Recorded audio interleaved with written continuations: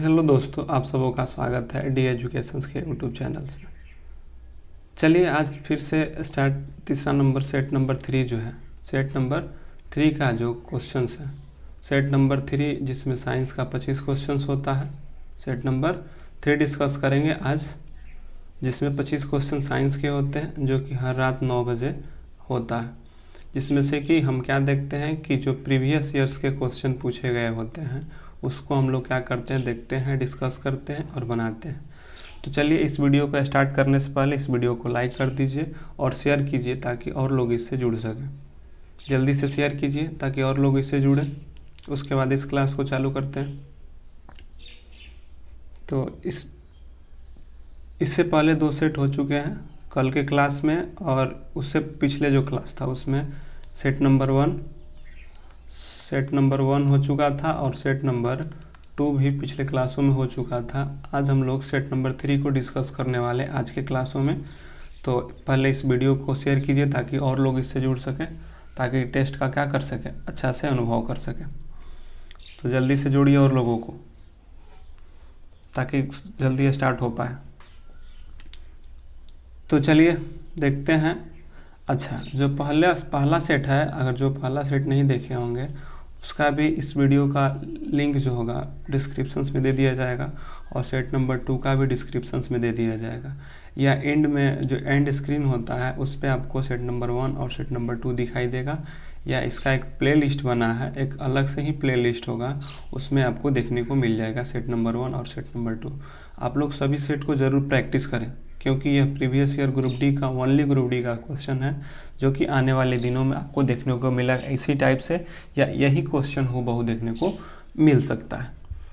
तो चलिए आज का क्वेश्चंस को देखते हैं। आज की पहली क्वेश्चन क्या है, उससे पहले इस वीडियो को शेयर कीजिए ताकि और लोग जुड़ सकें। अब अपने दोस्तों को भी जोड़िए, जितने भी दोस्त हैं सब पे शेयर कीजिए और सभी ग्रुप में शेयर कर दीजिए, क्योंकि यह ग्रुप डी का, देखिए ग्रुप डी का क्वेश्चन है। 2018 में ग्रुप डी हुआ है और 2018 में यह 28 तारीख पूछा गया है, 24 तारीख का, यानी कि क्वेश्चन भी रिपीट हुआ है। जब अगले साल क्वेश्चन रिपीट हुआ है तो इस साल भी वही सारे क्वेश्चंस को क्या करेगा, डालेगा, थोड़ा सा चेंज कर सकता है, जिसको कि हम लोग डिस्कशंस के माध्यम से देखेंगे।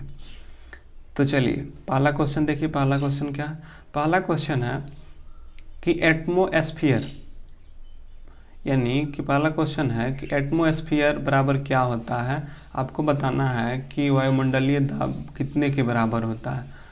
1.01 गुणे 10 के पावर 5 पास्कल, 1.01 गुणे 10 के पावर 6 पास्कल, या 10.1 गुणे 10 के पावर 5 पास्कल, या 10.1 गुणे 10 के पावर 6 पास्कल। इसका आंसर कीजिए पहले का। पहला नंबर सेट नंबर 3 का पहला क्वेश्चन क्या है, सेट नंबर 3 का यह पहला क्वेश्चन है। आंसर कीजिए। एक एटमोस्फियर बराबर कितना होता है, आपको बताना है। एक एटमोस्फियर बराबर कितना होता है, कमेंट कीजिए इसका। चलिए देखते हैं। अगर एक एटमोस्फियर की अगर बात कहा जाए तो पहले आपको कोई पूछे कि बताइए वायुमंडलीय दाब कहते किसको हैं, तो अगर आपसे कोई पूछे कि वायुमंडलीय दाब है क्या, यानी कि एक एटमोस्फियर क्या है, तो हम कहते हैं वायुमंडलीय दाब के, यह कहा जाता है कि पृथ्वी पर एक निश्चित इकाई में, क्या, पृथ्वी के एक निश्चित इकाई पर वायुमंडल के सभी परतों के द्वारा जो दबाव डाला जाता है उसको वायुमंडलीय दाब कहते हैं। फिर से समझिए क्या कहा जाता है। अगर आपसे कोई पूछे कि वायुमंडलीय दाब क्या है, कोई पूछे कि बताइए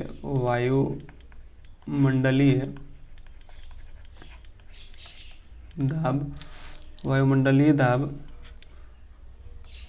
क्या है, तो क्या कहेंगे, कहेंगे कि पृथ्वी पर एक निश्चित मात्रा में, क्या, पृथ्वी के एक निश्चित इकाई पर वायुमंडल जो है मेरे, वायुमंडल के सभी परतों के द्वारा जो दबाव डाला जाता है वही क्या होता है, वायुमंडलीय दबाव होता है, एटमॉस्फेयर होता है।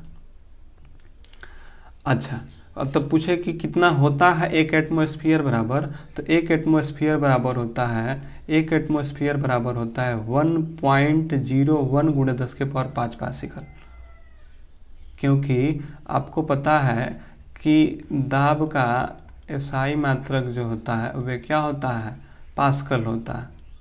क्योंकि दाब अगर बात कहा जाए तो दाब होता है बल बटे में क्षेत्रफल, और बल का होता है न्यूटन और क्षेत्रफल का होता है मीटर स्क्वायर, इसलिए इसको न्यूटन प्रति मीटर स्क्वायर भी कहा जाता है।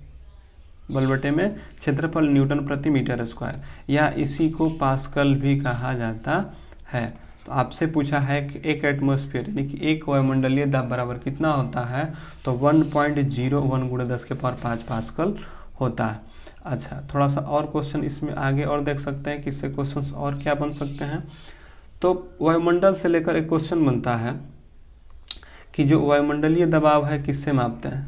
आपको बताना है कि जो वायुमंडलीय दबाव है, वायुमंडलीय दबाव को किससे मापा जाता है, मतलब जो वायुमंडलीय दबाव है उसको किससे मापा जाता है, तो उसके मापने के लिए होता है बैरोमीटर। क्या होता है, बैरोमीटर का प्रयोग किया जाता है। वायुमंडलीय दबाव को मापने के लिए बैरोमीटर का प्रयोग किया जाता है। तब क्या होता है, बैरोमीटर के फिर पूछता है कि बैरोमीटर की खोज किसने किया था, तो टेरोसोली ने किया था। फिर और क्वेश्चंस बन सकता है, इसी से बनता है बैरोमीटर से, कि जब पूछता है कि जब बैरोमीटर का पारा धीरे धीरे ऊपर चढ़े तो कैसा मौसम होगा। क्योंकि बैरोमीटर बताता है आपके दाब को, और दाब से आपके जो वायुमंडल है उसमें होने वाली घटनाओं को बताता है। तो कहता है कि बैरोमीटर का जो पाठ्यांक है धीरे धीरे अगर ऊपर चढ़े, दो केस हो सकता है, धीरे धीरे ऊपर चढ़े या धीरे धीरे नीचे आए, क्या हो, धीरे धीरे नीचे गिरे या एकाएक गिर जाए। यानी कहता है कि बैरोमीटर का पाठ्यांक जब धीरे धीरे चढ़ता है तो क्या होता है, तो कहा जाता है कि जब धीरे धीरे पाठ्यांक चढ़ेगा, मतलब कि जो बैरोमीटर है उसका पाठ्यांक अगर धीरे धीरे ऊपर की ओर चढ़ता है तो यह बताता है कि आज का मौसम जो होगा वह कैसा मौसम रहने वाला है, तो साफ मौसम रहने वाला है। यानी कि आज मौसम कैसा दिखाई देगा, साफ सुथरा दिखाई देगा। जब धीरे धीरे गिरेगा तो वर्षा होने की संभावना होती है। जब बैरोमीटर का पाठ्यांक धीरे धीरे नीचे गिरती है तो वर्षा होने की संभावना होती है, और जब एकाएक गिर जाए तो आंधी और तूफान आती है। क्या आती है, आंधी और तूफान आने की संभावना होती है। तो ये सारे के सारे क्वेश्चंस क्या होते हैं, बनते हैं। तो पहला क्वेश्चन से क्या इतना क्वेश्चन देख सकते हैं कि पहला क्वेश्चन फिर से एक बार देख लेते हैं कि एक एटमॉस्फेयर बराबर कितना होता है, तो 1.01 × 10⁵ पास्कल। पास्कल क्या है, तो दाब का मात्रक होता है। अच्छा, जो वायुमंडलीय दाब होता है, वायुमंडलीय दाब क्या है, तो वायुमंडलीय दाब कहा गया कि पृथ्वी के एक निश्चित इकाई पर वायुमंडल के परतों के द्वारा जो दबाव डाला जाता है उसको वायुमंडलीय दबाव कहते हैं। वायुमंडलीय दबाव कितना आता है, एक एटमॉस्फेयर बराबर 1.01 × 10⁵ पास्कल। दाब अगर देखा जाए सिंपली ठोस का दाब जो होता है बल बटे में क्षेत्रफल, इसलिए इसका एसआई मात्रक बल का न्यूटन, मीटर का मीटर स्क्वायर, तो न्यूटन प्रति मीटर स्क्वायर। दाब, वायुमंडलीय दाब को मापते किससे हैं, तो वायुमंडलीय दाब को मापने के लिए बैरोमीटर का प्रयोग किया जाता है। बैरोमीटर की खोज टेरोसोली ने किया था। और बैरोमीटर का पाठ्यांक मतलब कि यह दर्शाने के लिए किया जाता है, और बैरोमीटर धीरे धीरे ऊपर चढ़ रहा है तो साफ मौसम को इंडिकेट करता है। धीरे धीरे नीचे गिरेगी, बारिश होने की संभावना होती है, और एक गिरेगी, आंधी आने की संभावना होती है। तो यह रहा पहला क्वेश्चन। चलिए अब आते हैं दूसरे क्वेश्चन की ओर कि दूसरा क्वेश्चन क्या कह रहा है। इस वीडियो को और शेयर कीजिए ताकि और लोग जुड़ सकें। अभी दूसरा क्वेश्चन है सेट नंबर 3 का दूसरा क्वेश्चन। हर रात 9 बजे हम लोग क्या करेंगे, जुड़ेंगे इस सेशंस को लेकर, जिसमें 25 क्वेश्चन रहेंगे साइंस के, फिजिक्स, केमिस्ट्री और बायो को देखने को मिलेगा। और वो भी क्या देखने का मिलेगा, तो ग्रुप डी का, ग्रुप डी जो प्रीवियस क्वेश्चन रहेंगे उसका। चलिए दूसरा क्वेश्चन का आंसर कीजिए कि कार्य में, मतलब कि जो कार्य होता है उसमें क्या होता है, दिशा नहीं होती है, केवल परिणाम होता है। दिशा और परिणाम दोनों नहीं होता है। इसमें कहा कि दिशा नहीं होती है, केवल परिणाम होता है। इसमें कहा कि दिशा और परिणाम दोनों नहीं होता है, परिमाण नहीं होता है, या दिशा और परिमाण दोनों होता है, या केवल दिशा होती है, परिमाण नहीं होता है। तो इसका आंसर कीजिए 2 नंबर का, कि 2 नंबर क्वेश्चन का आंसर क्या होने वाला है। 2 नंबर का आंसर कीजिए। 2 का क्या होगा, ABCD क्या होगा, 2 का आंसर कीजिए। इस वीडियो को शेयर भी कीजिए भाई, ताकि और लोग इससे जुड़ें। कार्य में क्या होता है, दिशा नहीं होता है, केवल परिणाम होता है। दिशा और परिणाम दोनों नहीं होता है, कि दिशा और परिणाम दोनों होता है, कि केवल दिशा होता है और परिणाम नहीं होता है। इसको बनाइए दूसरा नंबर क्वेश्चन को। तो चलिए दूसरा नंबर क्वेश्चन की अगर डिस्कस की बात कहा जाए तो आपको पता होना चाहिए कि इसमें आपको ऑप्शंस जो दिया गया है दिशा और परिणाम को लेकर दिया गया है। दिशा और परिणाम को लेकर दिया गया है कि इसमें दिशा होता है या परिणाम होता है, या दिशा परिणाम दोनों होता है, या दोनों नहीं होता। आपको पता है कि दिशा और परिणाम की चर्चा कब करता है, दिशा और जो परिमाण है उसकी चर्चा होता है कब, जब आपको सदिश में या अदिश में अंतर करना होता है। तो यही मेजर अंतर क्या होता है, पता चलता है। क्योंकि सदिश को बताते समय कहते हैं कि इसमें सदिश में क्या होता है, तो दिशा होता है और परिमाण दोनों होता है, दिशा और परिणाम दोनों होता है। जबकि जो अदिश राशि होते हैं उसमें सिर्फ परिमाण होता है, दिशा नहीं होता है। तो आपको तो पहले ये पता करना होगा कि कार्य कैसी राशि है, सदिश राशि है या अदिश राशि है। अगर आपको पता चल जाए कि कार्य एक सदिश राशि है या अदिश राशि है तो आप बता सकते हैं, क्योंकि सदिश को आपको पता होना चाहिए कि सदिश में जो होता है, जो सदिश राशि होता है, जो सदिश राशि होंगे इनमें दोनों चीज़ की आवश्यकता होती है। एक तो दिशा की भी आवश्यकता होती है और दूसरा जो परिमाण होता है उसकी भी आवश्यकता होती है। लेकिन जो अदिश राशि होंगे उनमें केवल परिमाण होता है, दिशा नहीं होता है। तो पहले आपको यह क्लियर अगर हो जाए कि कार्य कैसी राशि है तो आप बता देंगे कि कैसा, दिशा नहीं होता या। तो एक बार आपको पिछले क्लासों में सेट नंबर 1 या 2 में बताया गया है कि कौन कौन से राशि सदिश राशि है, कौन अदिश राशि है। तो एक बार सदिश राशि में देख लिया जाए कि सदिश राशि कौन कौन से हैं और कौन कौन से अदिश राशि हैं। उसके बाद इसका आंसर आप खुद ही कर सकते हैं। अगर सदिश की बात कहा जाए तो सदिश में कुछ राशि ऐसे देखने को मिलेंगे जैसे कि बल, वेग, विस्थापन, क्या, बल, वेग, विस्थापन, त्वरण, विद्युत क्षेत्र की तीव्रता,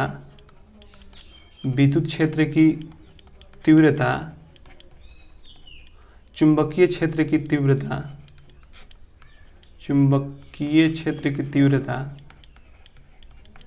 और वेग में आपको 3-4 प्रकार का वेग, जैसे समवेग और आवेग, ये सारे के सारे क्या हैं, सदिश राशि हैं। सदिश में बल, वेग, विस्थापन, त्वरण, संवेग, आवेग, विद्युत क्षेत्र की तीव्रता और क्या होता है, चुंबकीय क्षेत्र की जो तीव्रता है, ये सारे के सारे क्या है, सदिश राशि हैं। तो आपको कहीं इसमें कार्य देखने को मिला, नहीं मिला। अच्छा, अदिश का देखा जाए तो अदिश कौन कौन से होते हैं, तो अदिश बहुत सारे, जैसे कि अदिश में क्या हो सकते हैं, अदिश में होता है पहला कार्य, ऊर्जा और शक्ति। कार्य, ऊर्जा और शक्ति, यह सारे के सारे क्या हैं, अदिश राशि हैं। कार्य, ऊर्जा और शक्ति, दूरी, क्षेत्रफल और आयतन, कार्य, ऊर्जा, शक्ति, ये सब सारे के सारे क्या है, सब अदिश राशि हैं। तो हमको क्या पता करना था कि कार्य कैसा राशि है। तो कार्य आपका अदिश राशि है। कार्य कैसा राशि है, तो कार्य एक अदिश राशि है। और जिस राशि का कार्य अगर अदिश राशि है, कार्य कैसी राशि है, अगर अदिश राशि है तो अदिश राशि के लिए क्या होता है, तो केवल परिमाण होता है, दिशा नहीं होता है। तो उस ऑप्शन को छाटेंगे जिसमें कि परिणाम दिया हो, दिशा नहीं। तो कहा कि कार्य में कोई दिशा नहीं होती है, केवल परिणाम होता है। यह बात क्या है, सत्य है कि कार्य में केवल परिमाण होता है, दिशा नहीं होता है। तो आपको यही बताना था कि कार्य में क्या होता है, दिशा होता है, लेकिन परिमाण नहीं होता है। इसलिए इसका आंसर क्या हो जाएगा, तो ऑप्शन नंबर ए जो होगा, दूसरा का ऑप्शन नंबर जो ए होगा वे होगा राइट आंसर्स। अच्छा, कार्य से थोड़ा और क्वेश्चन एक और देखने को मिलता है। ये तो अदिश राशि पर था। अगर आपसे पूछे कि कार्य क्या है, अगर आपसे पूछे कि कार्य क्या है, तो हम कार्य के कहा जाता है कि कार्य जो होता है, कार्य बराबर जो होता है बल गुणे विस्थापन होता है। बल गुणे विस्थापन, बल गुणे विस्थापन, और बल किसी एंगल के माध्यम से होता है। इसीलिए आपको पता होना चाहिए कि W बराबर FS cos थीटा जो है इसका होता है। और आपको पता है कि जो कार्य होता है वह कैसा, कार्य जो है अदिश गुणनफलों का, क्योंकि अदिश गुणनफल को डॉट से और सदिश गुणनफल को क्रॉस फैक्टर से कहते हैं। तो कहा जाता है कि कार्य अदिश गुणनफलों का योग्य है, मतलब कि कार्य क्या है, तो अदिश गुणनफल से मिलकर बना होता है। अरे यहाँ पे देखिए FS cos फैक्टर ना, तो बल गुणे विस्थापन, यह क्या है, FS cos थीटा होता है। क्योंकि बल गुणे विस्थापन है, अगर मात्रक की बात कहा जाए तो बल का तो होता है न्यूटन और विस्थापन का क्या होता है, मीटर। तो न्यूटन मीटर, या और क्या कह सकते हैं इसका मात्रक में, तो न्यूटन का तो आपको पता है कि न्यूटन के लिए होता है केजी मीटर प्रति सेकेंड स्क्वायर, और मीटर है तो मीटर होगा ही। जब मीटर है तो मीटर होगा ही, क्योंकि यह गुणा में है। न्यूटन प्रति मीटर नहीं, न्यूटन मीटर ना, सॉरी, यहाँ पे क्या होगा, न्यूटन मीटर, क्योंकि बल और विस्थापन दोनों ही क्या है, एक साथ है, इसलिए इसका क्या होगा, न्यूटन मीटर। तो यहाँ पे मीटर क्या आ जाएगा, ऊपर आ जाएगा, तो क्या हो जाएगा, केजी क्या हो जाएगा, एक बार फिर से देख लेते हैं। तब इसका मात्रक क्या हो जाता है, अगर न्यूटन मीटर से अगर किया जाए तब हो जाएगा केजी मीटर स्क्वायर, और केजी मीटर प्रति सेकेंड स्क्वायर होता है, तो केजी मीटर स्क्वायर और सेकेंड इनवर्स, यह क्या होता है, कार्य का मात्रक होता है।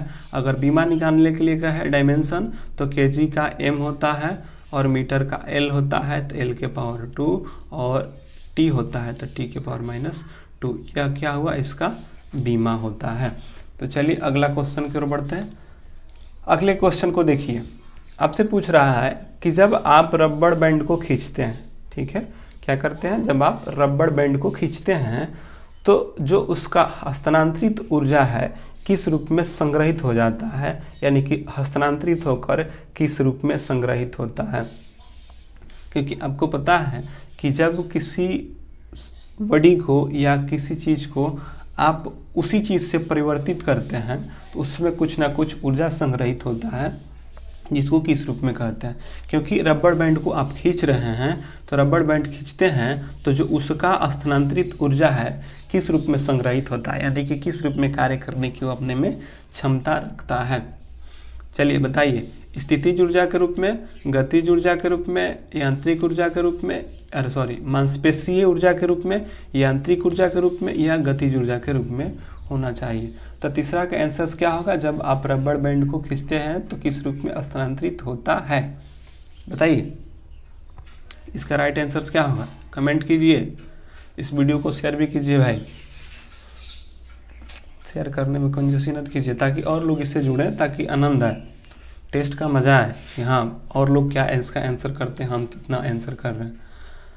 चलिए तीसरा नंबर क्वेश्चन की अगर बात कहा जाए तो रबड़ बैंड खींचते समय जो स्थानांतरित ऊर्जा होता है वह किस में परिवर्तित हो जाता है, तो स्थितिज ऊर्जा में परिवर्तित हो जाता है। अच्छा, अगर कहा जाए कि किसी वस्तु को उसकी विशेष अवस्था या स्थिति के कारण जो कार्य करने की क्षमता आती है, स्थितिज ऊर्जा, आपसे पूछे कि स्थितिज ऊर्जा क्या है, तो कहा जाता है कि किसी वस्तु की उसकी विशेष अवस्था या स्थिति के कारण विशेष अवस्था क्या हुआ, तो रबड़ बैंड को आप खींच दिए तो उसकी क्या हो गया, एक विशेष अवस्था, क्योंकि रबड़ बैंड नॉर्मली था तो उसकी कोई विशेष अवस्था नहीं थी, लेकिन जब आप रबड़ बैंड को खींचे तो उसकी एक विशेष अवस्था या उसकी स्थिति के कारण, क्योंकि खींचने पर आपकी स्थिति में क्या है, परिवर्तन आई, तो जो उसमें कार्य करने की जो क्षमता आ जाती है, कार्य करने की जो क्षमता आ जाती है, अच्छा कार्य करने की क्षमता के दर को तो शक्ति कहते हैं और कार्य करने की क्षमता को ऊर्जा कहते हैं। तो जो कार्य करने की क्षमता आ जाती है वह जो ऊर्जा होती है वही ऊर्जा स्थितिज ऊर्जा हो जाती है। तो इसका आंसर क्या हो जाएगा, स्थितिज ऊर्जा। आप सबको को पता है कि पोटेंशियल एनर्जी स्थितिज ऊर्जा बराबर होता है mgh। mgh m क्या है, द्रव्यमान है, और यह क्या है, g है, और यह क्या है, h है। जब m द्रव्यमान के वस्तु को h ऊंचाई तक रखा जाता है तब क्या होता है, उसके लिए स्थितिज ऊर्जा का प्रयोग किया जाता है। यहाँ पे स्थिति स्थानांतरीकरण स्थितिज ऊर्जा है क्योंकि यहाँ पे हाइट के कारण से होता है, तो इसको कहते हैं। और स्थिति ऊर्जा है तो ऊर्जा का मात्रा क्या होता है, जूल होता है, तो इसका भी मात्रा क्या हो जाएगा, जूल हो जाएगा। अगर गतिज ऊर्जा की कहा जाए तो के बराबर आप सबों को पता होगा कि कनेक्टिक एनर्जी बराबर हाफ mv²। और यांत्रिक ऊर्जा क्या होता है, तो यांत्रिक ऊर्जा होता है स्थितिज ऊर्जा आप प्लस गतिज ऊर्जा, दोनों को अगर मिला दिया जाए, स्थितिज ऊर्जा और गतिज ऊर्जा का योग जो होता है वही क्या होता है, यांत्रिक ऊर्जा होता है। मांसपेशीय ऊर्जा, जो कि मांसपेशियों में काम करने के लिए जो ऊर्जा संचित होता है उसको मांसपेशीय ऊर्जा कहते हैं। चलिए चौथा नंबर क्वेश्चन को आंसर कीजिए। गति का तीसरा नियम, यानी कि न्यूटन साहब का जो गति का तीसरा नियम होता है उसमें डॉट मतलब कि वेग के बीच संबंध बताता है, यानी कि स्थिति और वेग के बीच का संबंध बताता है, संवेग और वेग के बीच का संबंध बताता है, बल और वेग के बीच का संबंध बताता है, या समय और वेग के बीच की स्थिति बताता है। आपको बताना है कि स्थिति और वेग के बीच, संवेग या वेग के बीच स्थिति बताता है, बल या वेग, या समय या वेग के बीच की स्थिति बताता है। आंसर कीजिए चौथा नंबर का क्वेश्चन, सबसे VVI क्वेश्चन इसका, क्योंकि इससे ग्रुप डी का बहुत सारा क्वेश्चन पूछा गया है, इसलिए बनाइए। चौथा नंबर का क्वेश्चन क्या होगा, ABCD, जल्दी टाइप करो।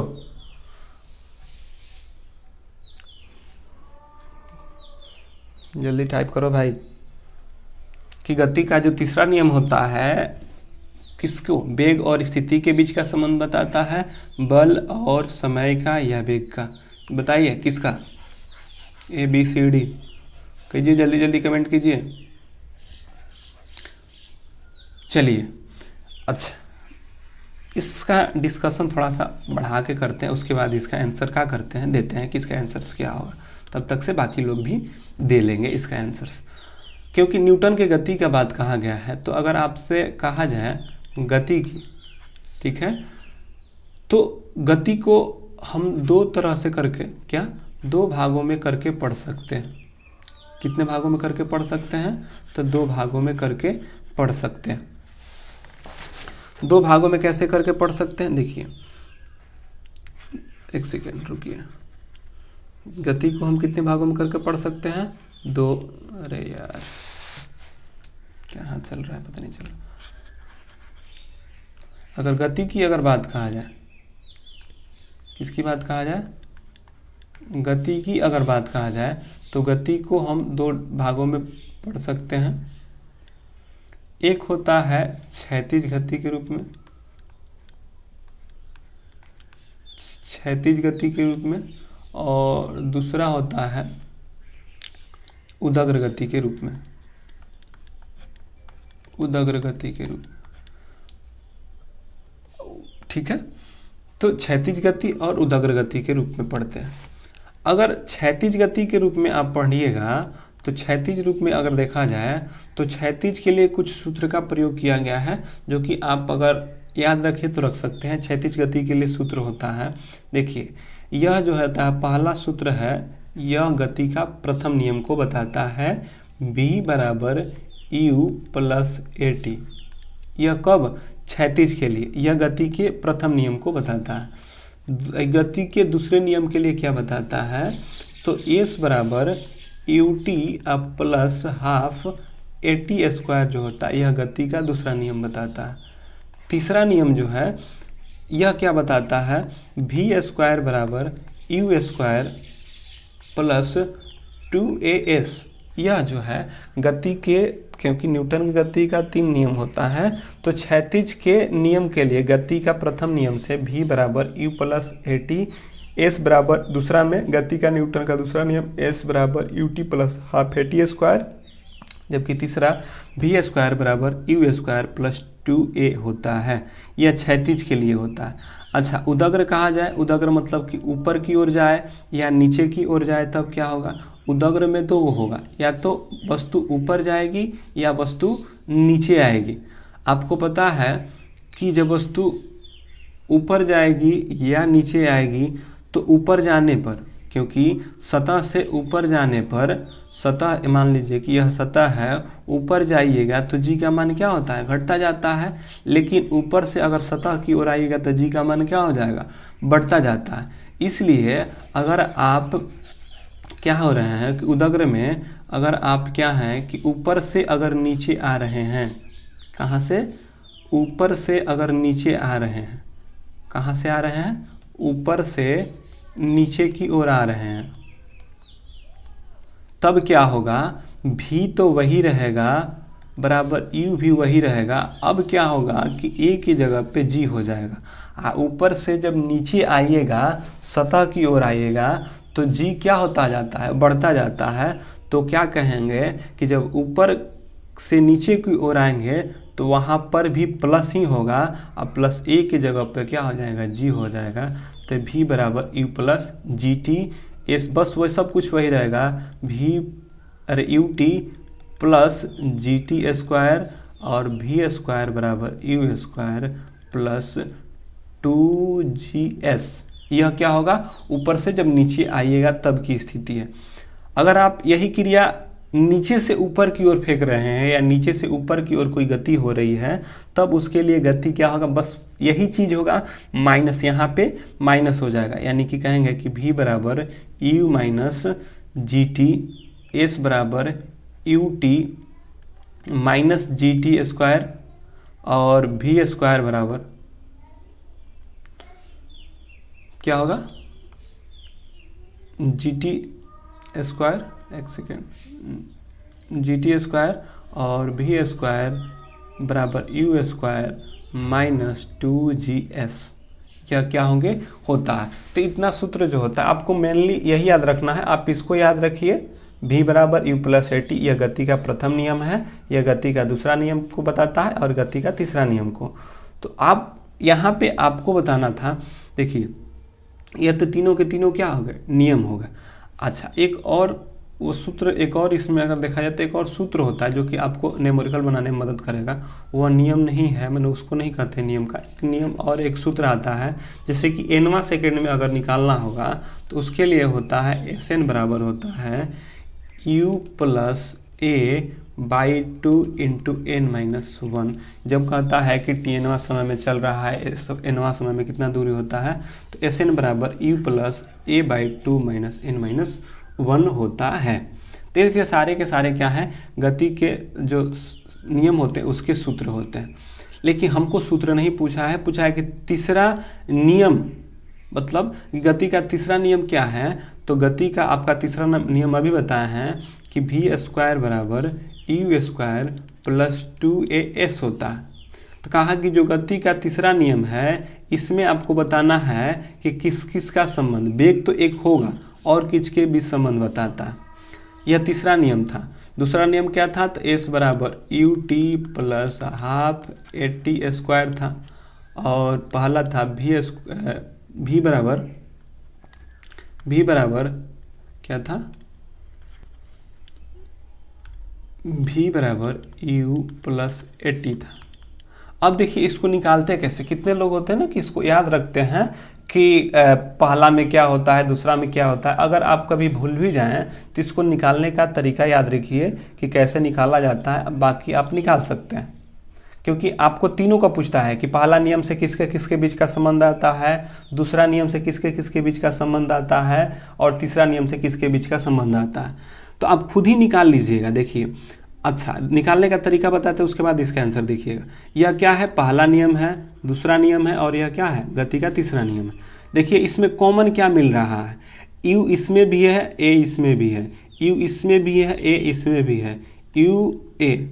देखिए सभी में यू ए कॉमन है, यू ए कॉमन है, यू और ए कॉमन है। यू और ए को क्या कीजिए, कांस्टेंट मान दीजिए या इसको ख़त्म ही कर दीजिए। जब आप इसको ख़त्म कर दीजिएगा तो v बराबर क्या मिल जाएगा, क्योंकि v बराबर u प्लस ए टी था, तो अब v बराबर क्या मिल जाएगा, t, यानी पहला से कट के क्या मिला, v बाई टी। अगर आप इससे अगर u और a को ख़त्म कर देते हैं, u और, क्योंकि s बराबर U T plus half A T square है, तब यहाँ से क्या मिल रहा है, तो s और t मिल रहा है। अगर यहाँ से u ख़त्म कर दिया जाए और a ख़त्म कर दिया जाए तो यहाँ से v और s मिल रहा है। ये तीनों के तीनों क्या है, संबंध है। तो आपसे पूछे कि पहला समीकरण से किसके किसके बीच का पता चलता है, तो गति का अगर प्रथम नियम से अगर बात कहा जाए तो वेग और समय के बीच पता चलता है, क्योंकि देखिए वेग और समय ही बचा ना, तो पहला नियम से वेग और समय का, दूसरा से समय और विस्थापन का है या स्थिति का है या दूरी का, तीनों के तो पता है। एस को क्या तो विस्थापन कहता है, या तो स्थिति कहता है, या दूरी कभी कभी कहता है। किसके किसके बीच क्या मिलता है, तो समय और दूरी का, या समय और विस्थापन का, या समय और स्थिति का संबंध बताता है। तो दूसरा नियम समय और स्थिति का। जबकि तीसरा नियम देखिए v और s है, तो वेग और विस्थापन कहिए, वेग और विस्थापन कहिए, वेग और स्थिति कहिए, या वेग या दूरी कहिए। तो तीसरा नियम देखिए वेग और क्या है, स्थिति के बीच का संबंध बताता है, क्योंकि यह वेग और स्थिति का संबंध है, तो वेग और स्थिति का संबंध है। तो थोड़ा एक बार यहाँ पे नीचे की ओर लिख लेते हैं कि किसका किसका संबंध किस में होता है, ताकि आप लोग याद रख सकें। देखिए प्रथम नियम का एक बार सूत्र लिख लीजिए। प्रथम नियम है v बराबर यू प्लस ए टी। ए और यू क्या होंगे, कट जाएंगे, मतलब कि v और t का संबंध मिलेगा। v और t कहने का मतलब कि वेग और समय के बीच का संबंध, वेग और समय के बीच का संबंध पहला नियम बताता है। दूसरा होता है s बराबर U T plus half A T square. ठीक है, तो यहाँ से भी u गायब कीजिए और a गायब कीजिए, तो s और t बचेंगे। तो कहेंगे कि यह क्या है, s और t के बीच का संबंध बताता है, यानी कि कहेंगे कि समय और स्थिति कहेंगे, स्थिति, या कभी कभी इसी को विस्थापन भी बोलता है सर, या कभी कभी इसको दूरी बोलता है। तो इसी को स्थिति, वेग या विस्थापन सभी कहता है, तो इसको एक बार ध्यान में रख लीजिएगा। तीसरा नियम है v बराबर v स्क्वायर बराबर यू स्क्वायर प्लस 2as है, तो यहाँ से भी a और u को गायब कीजिएगा तो क्या बचेगा, v और s बचेगा। तो तीसरा से v और s के बीच का संबंध आता है, यानी कि वेग और स्थिति कहिए या विस्थापन कहिए, इन सारे का पता चलता है। तो आपका तीसरा नंबर क्वेश्चन क्या था कि तीसरा से किसका मिलता है, तो वेग और स्थिति का, इसलिए इसका राइट आंसर क्या होगा, वेग और स्थिति होगा। तो चौथा का आंसर क्या हो जाएगा, तो वेग और स्थिति। दूसरा नियम से क्या मिल रहा था, तो समय और स्थिति का, जबकि तीसरा नियम से वेग और स्थिति का मिल रहा था। चलिए अगले क्वेश्चन की ओर बढ़ते हैं, नहीं तो बहुत लंबा डिस्कशंस हो गया इसका। अगला क्वेश्चन देखिए क्या, 5 नंबर क्वेश्चंस को पढ़िए कि 5 नंबर क्वेश्चन क्या है उसको देख लीजिए। अच्छा एक और क्वेश्चन उसमें बता देते हैं, ताकि एक और क्वेश्चन जो पूछता है ताकि कभी आए तो फिर से रिकॉल हो सके और आप सबों को याद रहे। अच्छा इसमें ना कभी कभी ऐसा पूछता है कि ऐसे दे देगा आकृति, कैसे देगा, आकृति दे देता है। एक सेकेंड,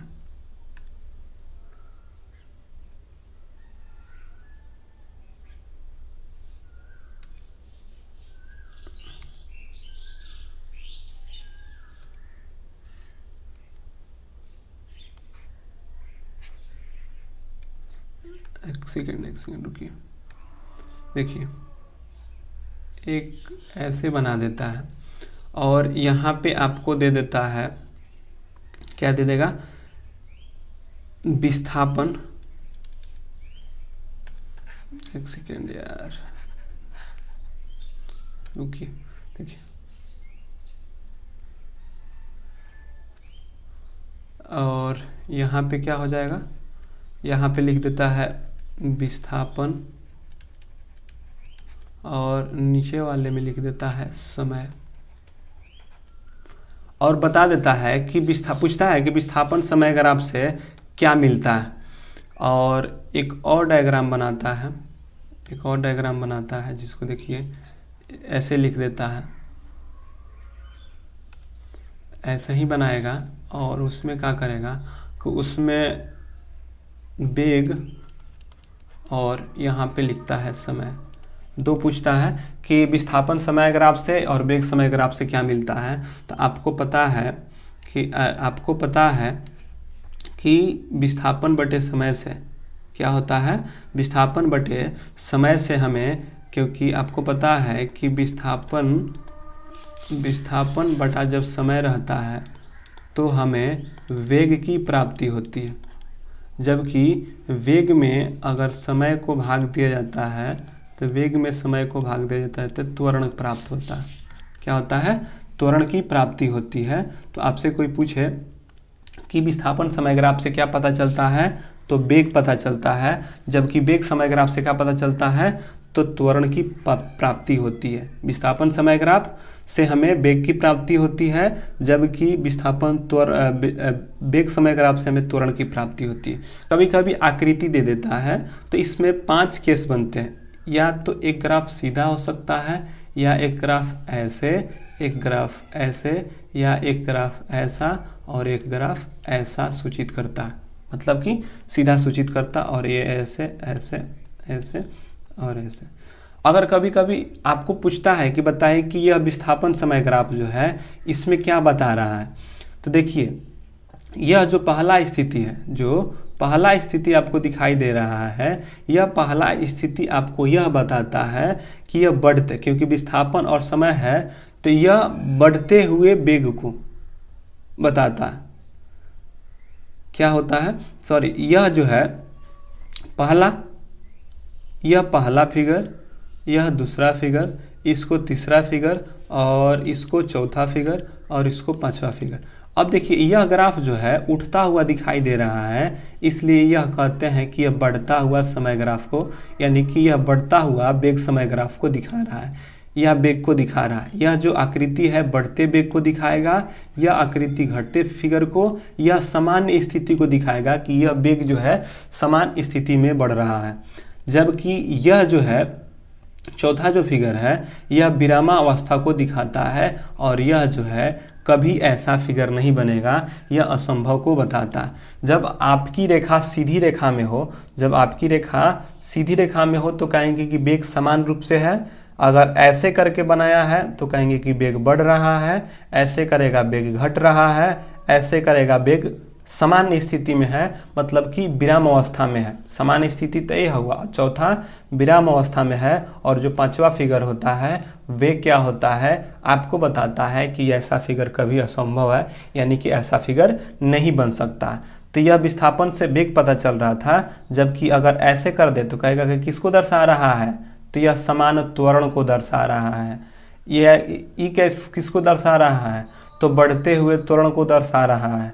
यह किसको दर्शा रहा है, तो घटते हुए त्वरण को दर्शा रहा है। अगर ऐसे बना दे तो कहेंगे कि यह विराम त्वरण की, यानी कि विराम अवस्था में जो त्वरण है उसको दर्शा रहा है। अगर ऐसे करके बना दे ऊपर की बगल तो कहेंगे कि ऐसा त्वरण संभव नहीं है। तो ये सारे के सारे क्वेश्चंस बनते रहते हैं गति से लेकर, तो इसको आप लोग ध्यान में रखेंगे। उससे चलिए अगला क्वेश्चन देखते हैं, 5वां नंबर।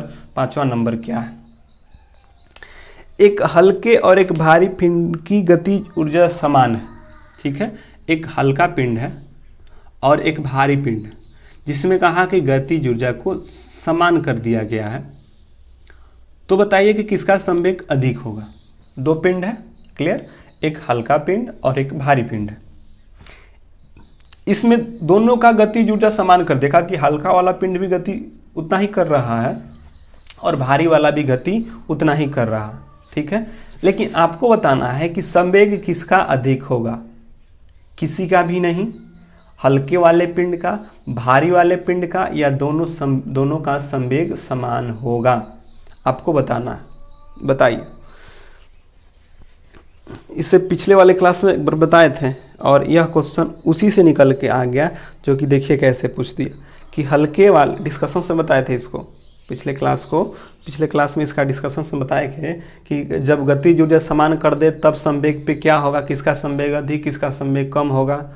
जब संवेग नियत कर दे तब किसका गतिज ऊर्जा अधिक होगा, किसका कम होगा। यह पिछले क्लासों में बताए हैं, आप लोग इसको ज़रूर देखें। जो नहीं देखे होंगे पिछले क्लास, उसको सेट नंबर 2 या सेट नंबर 1 को देखें, उसमें बताया गया है।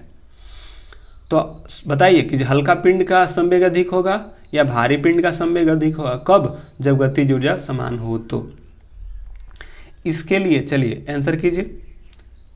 तो चलिए इस आंसर देने से पहले इसको थोड़ा सा डिस्कस कर लेते हैं। देखिए, अगर आपसे सर कहे ना कि गतिज ऊर्जा को क्या कीजिए, गतिज ऊर्जा को आप क्या कीजिए, समान रख लीजिए, समान रूप से गतिज ऊर्जा को जब आपको समान करने की बात कहा जाए तो गतिज ऊर्जा को सर क्या कहते हैं, के, क्या कहते हैं, के ई। तो इसका जो संबंध होता है, के ई जो होता है व्युत्क्रमानुपाती होता है एम का, मतलब कि जो पिंड होंगे उनके द्रव्यमान का व्युत्क्रमानुपाती होता है। सॉरी, गतिज ऊर्जा जब गति संवेग समान हो तो, सॉरी इसके लिए एक सेकेंड एक बार और, यहाँ पे गतिज ऊर्जा समान की बात कह रहा है ना, तो गतिज ऊर्जा को क्या कीजिए, एक सेकेंड यहाँ लिख लीजिए कि गतिज ऊर्जा क्या हो गया, समान रूप से हो। तो जब गतिज ऊर्जा समान हो तो आपको संवेग और द्रव्यमान के बीच का कहता है, तो बी समानुपाती होता है एम का।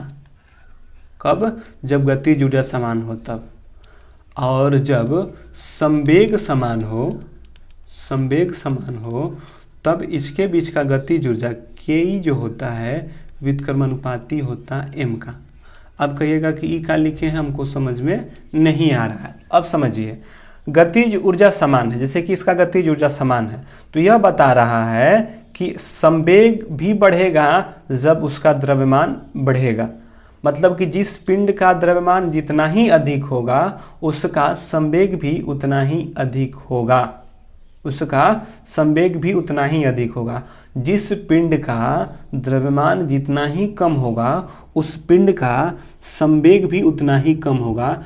कब होगा, जब गतिज ऊर्जा समान हो। तो हम कहेंगे, पूछा किसका गतिज समान है गतिज ऊर्जा, तो पूछा कि किसका अधिक होगा, तो अधिक किसका होगा, जिसका पिंड, जो पिंड भारी होगा तो कहेंगे कि भारी पिंड का संवेग क्या होगा, अधिक होगा। कहता कि किसका कम होगा, तो जो हल्का पिंड होगा उसका क्या होता, कम होता। ठीक है, यहाँ पर क्या होता, गतिज ऊर्जा समान है। अगर यही चेंज करके यहाँ पे गतिज ऊर्जा ना होता और यहाँ पे क्या हो जाता, कहता कि संवेग समान है। जब संवेग समान करेगा तो यहाँ पे संवेग नहीं पूछेगा, गतिज ऊर्जा पूछेगा कि बताइए गतिज ऊर्जा किसका अधिक होगा। तो जो हल्का पिंड होगा उसका गतिज ऊर्जा क्या हो जाता, अधिक हो जाता, और भारी पिंड का गतिज ऊर्जा क्या हो जाता, कम हो जाता है। अच्छा देखिए, यह निकल के कहाँ से आया, तो आपको देखिए एक बार जब बता रहे थे तो बताए होंगे कि संवेग और गतिज ऊर्जा में संबंध, संवेग के ई और पी में संबंध बताना होता है। तो आपको पता होता है कि के ई जो होता है p²/2m होता है। यह क्या है, संबंध है, इसी से निकल के आया है। अब क्या कीजिएगा कि जब गतिज ऊर्जा को समान कर दीजिएगा, गतिज ऊर्जा समान कीजिए मतलब क्या मान लीजिए, 1 मान लीजिए। तो जब गतिज ऊर्जा को आप 1 मान लीजिएगा तो 1 रखिएगा तो p²/2m हो जाता है। यहाँ पे p² होता है, सॉरी, तो p²/2m होता है। तो अब ई यहाँ चला जाएगा तो p² क्या हो जाता है, 2m। तो यह क्या है, न्यूमेरिक वैल्यू है, तो इसको हटा दीजिए तो क्या मिल जाता है, p समानुपात, क्योंकि यह समानुपाती का ही साइन होता है, ऐसे करके आता है ना, तो p²/2m बराबर होता है। तो यहाँ से क्या कीजिएगा, p²/2m आता है, और जब संवेग को आप कीजिएगा तो यह निकल के आता है। तो आपको यह सब याद रखिए, इससे निकल के आया है, लेकिन आपको याद रखना क्या है कि जब गतिज ऊर्जा समान कहेगा तो जो भारी होगा उसका संवेग अधिक होगा, जो हल्का होगा उसका संवेग कम होगा। लेकिन जब संवेग समान करेगा तो गतिज ऊर्जा पूछेगा तो कहेंगे कि हल्का वाला का गतिज ऊर्जा अधिक होगा और भारी वाले का कम होगा। अगला क्वेश्चन की ओर आते हैं कि एक चालक समान गति से अपनी कार को चलाता है तो 60 सेकेंड में 288 मीटर की दूरी तय करता है, तो उसका गति क्या होगा। चंद सेकेंड में बनने वाला क्वेश्चन है, बनाइए जल्दी आंसर इसका कीजिए 6वां नंबर का। और वीडियो को लाइक भी कीजिए भाई, शेयर कीजिए, और जो इस वीडियो को पहली बार देख रहे हैं उसको सब्सक्राइब भी कीजिए चैनल को। हम लोग हर रात 9 बजे जुड़ते हैं, जिसमें कि 25 क्वेश्चन को देखते हैं और बहुत शानदार तरीके से इसको डिस्कस करते हुए आगे की ओर बढ़ते हैं। कोई जल्दी नहीं है, डिस्कशंस के साथ चलेंगे और समझते हुए चलेंगे। तो बताइए, समय दे दिया है और दूरी भी दे दिया है, गति बताना है, तो बताइए क्या होगा। एक समान गति से कार चल रहा है, 60 सेंटीमीटर दूरी क्या होता है, गति बराबर सबको पता होता है ना सर, कि गति बराबर होता है दूरी बटे में समय।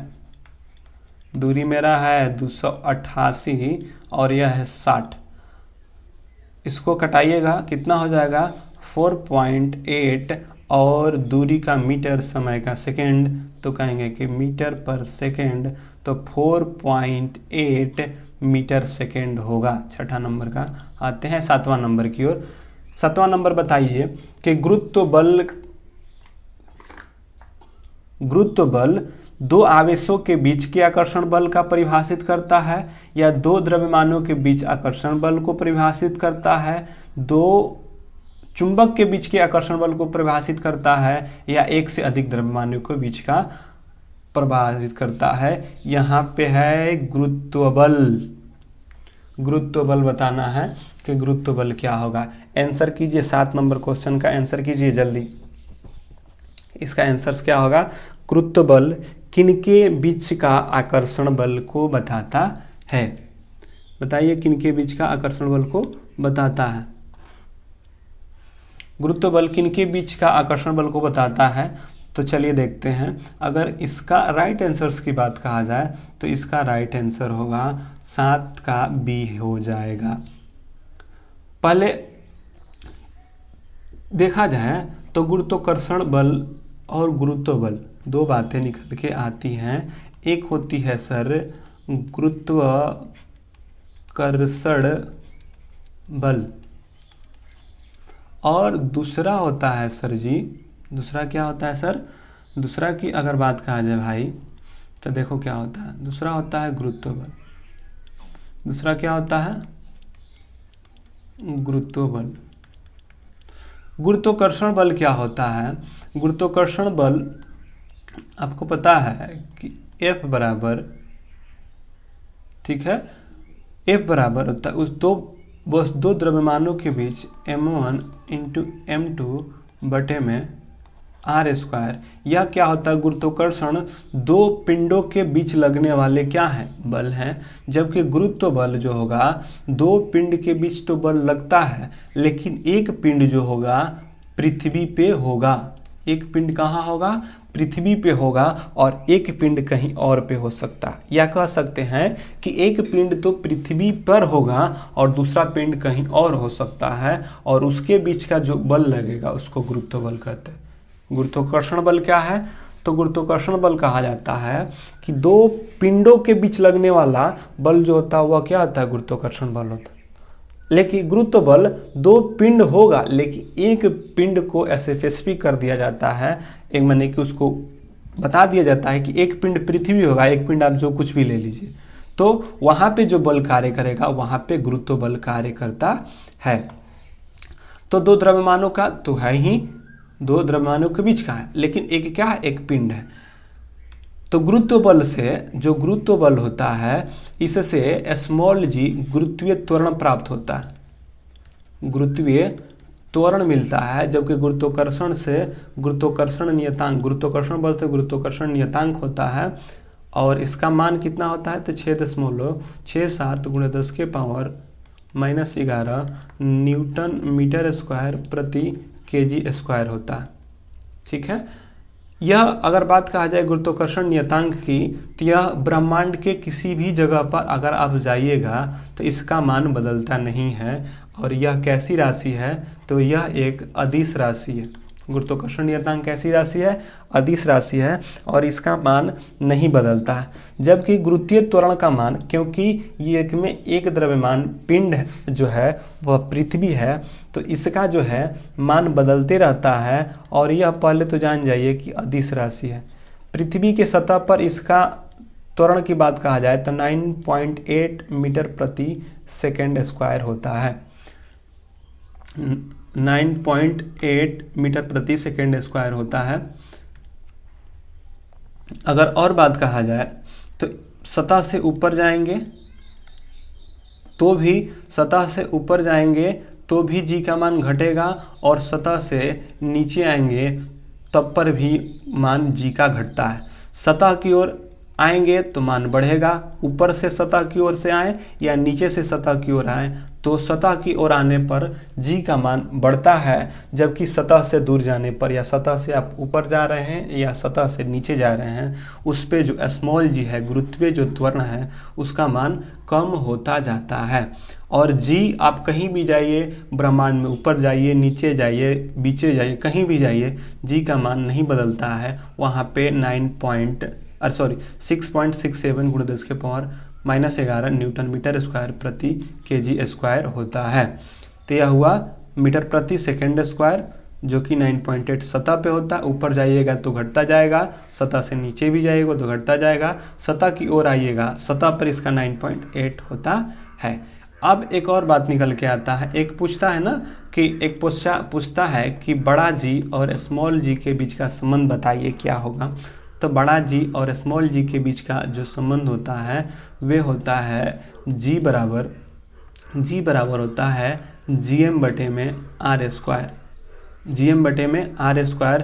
जी तो गुरुत्वाकर्षण नियतांक है और m और r जो है किसी पिंड के, जिस पिंड पर यानी कि जिस सतह पे हैं, जिस पृथ्वी पे हैं, उसका द्रव्यमान और उसकी त्रिज्या पे निर्भर करता है। यानी कि आपको पता चल गया कि जो गुरुत्वीय त्वरण होता है वे किस सतह से आप उस चीज़ को गिरा रहे हैं, उस वस्तु किस चीज़ को गिरा रहे हैं इस बात पे निर्भर नहीं करता है। यह क्या है, किस पिंड पर गिरा रहे हैं उस बात पे निर्भर करता है और उसके त्रिज्या पर। जिस पिंड पर आप गिरा रहे हैं उसके द्रव्यमान और त्रिज्या पे निर्भर करता है, न कि गिरने वाले वस्तु पर निर्भर करता है। इसीलिए तो कहा जाता है कि जब आप निर्वात स्थिति में एक पत्थर को और रुई को साथ में गिराया जाए तो दोनों क्या होते हैं, साथ में गिरते हैं, क्योंकि वह गिरने वाला मायने नहीं रखता है कि कितना होता है।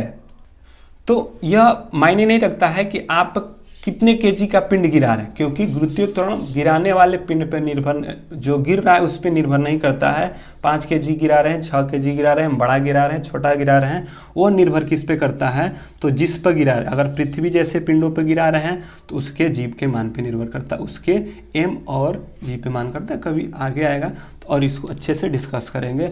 अगला आते हैं 8वें नंबर क्वेश्चन की ओर। 8वां नंबर क्वेश्चन है कि अगर सेल्सियस से आपको केल्विन पैमाने पर जाना हो, मतलब सेल्सियस को आपको केल्विन पैमाने के तापमान में बदलना है, मतलब सेल्सियस दिया हो आपको केल्विन में बताना हो, तो तापमान बदलने के लिए आप क्या करते हैं, 273 को गुणा करते हैं, 273 को जोड़ देते हैं या 273 को भाग दे देते हैं या 273 को घटा देते हैं। जोड़िएगा 273 या 273 घटाइएगा, गुणा कीजिएगा या भाग कीजिएगा। देखिए कितने बार पूछा है। ग्रुप डी में 19 तारीख को पूछा, फिर अगले महीने में 10 तारीख को 8 तारीख को पूछ लिया। RRB ALP टेक्नीशियन में भी पूछा है 9 तारीख को। तो एक क्वेश्चंस क्या होंगे, रिपीट होंगे। ग्रुप डी का जो प्रीवियस क्वेश्चंस होगा वो हम लोग की भी परीक्षा में, जो आने वाला परीक्षा होगा ग्रुप डी का जो होगा इस बार जो होने वाला, इसी सभी क्वेश्चंस का क्या होगा, भरमार होगा। तो 8 नंबर का आंसर बताइए कि 8 का क्या होगा। 8 का A, B, C या D, इसमें से कौन सा आंसर होगा, आंसर कीजिए। तो चलिए देखते हैं इसका आंसर की अगर बात कहा जाए तो केल्विन, सेल्सियस को केल्विन में करने के लिए 273 क्या कर दिया जाता है, जोड़ दिया जाता है। तो इतना से काम बनने वाला नहीं है, थोड़ा सा इसको भी डिस्कस कर ही लेते हैं कि इसमें संबंध कैसे आता है। आपको याद हो जाना चाहिए। देखिए कैसे लिखते हैं, अगर सेंटीग्रेड, सेल्सियस या डिग्री सेल्सियस का है, सेंटीग्रेड और यह जो होता है 0 डिग्री, ठीक है, बाई 100 डिग्री में से आपको यह घटा देना। दो बात आता है, एक होता है हिमांक और क्वथनांक। तो यह जो होता है जल का हिमांक और यह जल का क्या होता है, क्वथनांक होता है। तो हम लोग सभी का ऐसे ही लिखेंगे, सभी का क्या करेंगे, ऐसे ही लिखेंगे कैसे होता है। तो यहाँ पे है हिमांक और यह क्या है, जल का क्वथनांक। 0 में से 0, सेंटीग्रेड में से 0 घटाई होगा, बराबर F माइनस 32 और डिग्री है तो डिग्री कर दीजिए। और जल का क्वथनांक अगर फ़ारेनहाइट में हो तो 212 और हिमांक कितना होता है तो 32 डिग्री का कीजिए, घटा दीजिए, ठीक है। फिर होता है K माइनस 273 डिग्री और यहाँ पे क्या होगा कि आपको 373 में से 273 को घटा देना है, ठीक है। और चौथा होता है रोमर पैमाने पे, तो R में से 0 डिग्री घटाइए क्योंकि 0 उसका हिमांक होता है और क्वथनांक जो होता है 80 डिग्री होता है, 0 घटा दीजिए। और एक और बराबर में आता है रैंकिन पैमाना जिसे कहा जाता है, तो RA माइनस 492 डिग्री, ठीक है। और इसका जो क्वथनांक होता है वे होता है 672 डिग्री में से 492 डिग्री आपको घटाना हो। कहेगा कि ई क्या लिख दिए, तो इसको समझिए, इसी से निकलता है फॉर्मूला और इसी से आप भी समझ सकते हैं कि किसी में अगर संबंध का है, अगर सेल्सियस से फ़ारेनहाइट में बदलने के लिए कह दे या फ़ारेनहाइट से सेल्सियस में, केल्विन से फ़ारेनहाइट में या केल्विन को रोमर में, रोमर को रैंकिन में, ये सारे के सारे क्या हैं, इसी से निकल सकते हैं। आप देखिए यहाँ पे क्या है ना कि सबको सब वैसे ही रख दीजिएगा, सेल्सियस है, फ़ारेनहाइट है, केल्विन है, रोमर है, रैंकिन है, पहले उसको सजा लीजिए। आपको याद होना चाहिए कि सेल्सियस का जो हिमांक बिंदु है वे होता है 0 डिग्री सेंटीग्रेड, लिख लीजिए। और अधिकतम बिंदु होता है, क्वथनांक होता है 100 डिग्री सेंटीग्रेड, उसको भी लिख लीजिए। फ़ारेनहाइट में न्यूनतम होता है 32 और अधिकतम होता है, मतलब कि हिमांक बिंदु 32, क्वथनांक 212। वहीं केल्विन में कहा जाए तो 273 होता है हिमांक और 373 क्या होता है उसका क्वथनांक। रोमर में कहा जाए तो 0 डिग्री सेल्सियस होता है हिमांक और 80 डिग्री सेंटीग्रेड जो होता है उसका क्वथनांक। वहीं रैंकिन पैमाना में 492 डिग्री सेंटीग्रेड जो होता है उसका हिमांक होता है और क्वथनांक जो होता है 672 डिग्री सेंटीग्रेड होता है। तो आपको लिखकर घटा देना है। क्या कर रहे हैं, इसको अधिकतम जो है क्वथनांक में से हिमांक को घटा दिए। अच्छा, जब आप घटाइएगा तो आपका क्या केस बन जाने वाला है, देखिए तो घटाइएगा। अच्छा, 0 में से सेंटीग्रेड में से 0 घटाइएगा किसी में से तो वही का वही रह जाना है, तो क्या कीजिएगा, और 0 डिग्री में से 0 डिग्री घटाइएगा तो वही रह जाएगा। तो क्या कहेंगे, इसको कैसे लिखेंगे, फिर अब लिख लेंगे कि यह तो घट जाएगा, तो इसको कीजिएगा तो 0 डिग्री सेंटीग्रेड बराबर 100 डिग्री सेंटीग्रेड, मतलब C/100 बराबर। अब देखिए यहाँ पे घटने लायक कुछ अभी है नहीं, तो इसको क्या करेंगे, इसी प्रकार लिखेंगे F माइनस 32 डिग्री सेंटीग्रेड और फ़ारेनहाइट, और इस पे दोनों पे होता है डिग्री दे देंगे।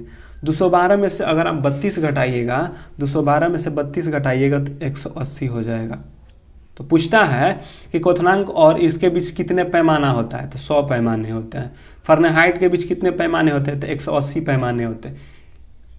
क्वथनांक और हिमांक के बीच की जो अंतर होता है वही पैमाना कभी कभी पूछ जाता है कि बताइए फ़ारेनहाइट पैमाने पर जो फ़ारेनहाइट है उसमें कितने पैमाने होते हैं, तो 180 पैमाने होते हैं।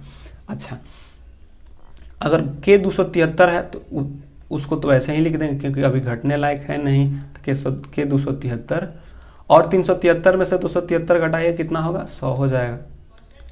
रोमर में से 0 घटाएगा तो 0 मतलब R, और 80 में से 0 घटाएगा तो क्या होगा, 80 ही हो जाएगा।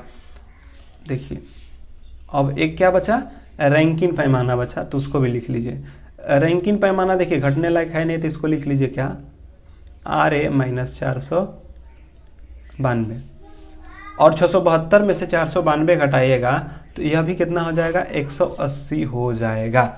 तो यह केस कुछ निकल के आया कि अगर 0 डिग्री सेंटीग्रेड पर जो सेल्सियस होता है उस पर 100 पैमाने निकल के आते हैं, या 180 निकल के आते हैं, और यह क्या आते हैं 100, 80 और 180 निकल के आते हैं। तो चलिए आगे देखते हैं। अब ऐसे करके आया, अब क्या किया जाता है कि आप इस पे भी निकाल सकते हैं, या इसके लिए एक और शॉर्ट कर दिया जाता है, सब में देख लिया जाता है कि कटने लायक क्या। अगर देखा जाए तो 20 से सबको काट सकते हैं नीचे वाले में, तो अगर इसको काटिएगा तो यह 5 टाइम्स में कटेगा, यह 9 बार में, ये 5 बार में, और यह कितने बार में, 4 बार में, और यह कितने बार में आएगा, 9 बार में। तो फाइनली हम कंक्लूड करके अगर इसका आंसर निकालना चाहें शॉर्ट रूप में तो क्या कहेंगे, तो इसके लिए सूत्र होगा, इसके लिए सूत्र क्या होगा, C/5 बराबर F - 32/9 K - 273/5 R बराबर R/4 और R - 492/9 होता है। यह सारे के सारे क्या हो गए, पैमाने हुए। कंक्लूड करके हम इसको निकाल सकते हैं कि ऐसा हो सकता, ऐसा होता है। अगर अब देखिए आपका क्वेश्चन क्या था, आपका क्वेश्चन था कि डिग्री सेल्सियस को किसमें बदलता था, केल्विन में। तो जिसको बदलने के लिए बोला है उस दोनों समीकरणों को उठा लीजिए, दोनों को उठाइए, मतलब कि सेल्सियस को केल्विन में बदलने के लिए तो C कीजिए और 5 लिख लीजिए। सब बराबर है तो इसको भी बराबर कर लीजिए। K - 200 क्या, K - 273 बाई कितना, 5 लिख लिए। अब इक्वल के दोनों साइड में है तो 5 को 5 से काट दीजिए, तो क्या बचा, तो निकल के क्या आया, C = K - 273, कितना निकल के आया, K - 273 निकल के आया। जब K - 273 हमको सेल्सियस को केल्विन में बदलना है तो -273 को इधर भेजेंगे, तो K बराबर C -273 है तो +273 हो जाएगा। इसीलिए तो बोला है कि जब आपको सेल्सियस को केल्विन में अगर बदलना होगा, सेल्सियस को किस में बदलना होगा, केल्विन में बदलना होगा, तो क्या करना होगा, 273 जोड़ना पड़ेगा। तो आप इससे, इस सूत्र से क्या करेंगे ना, इस सूत्र से जिसका पूछे सेल्सियस का फ़ारेनहाइट में, तो दोनों का तुलना करके निकाल लीजिए, सेल्सियस का केल्विन में, दोनों को तुलना कीजिए, रैंकिन का केल्विन में, तब पर भी आप निकाल सकते हैं। तो पता चला कहाँ 273 को जोड़े, क्योंकि यहाँ से जब तुलना कीजिएगा तो दोनों निकल के आ जाता है।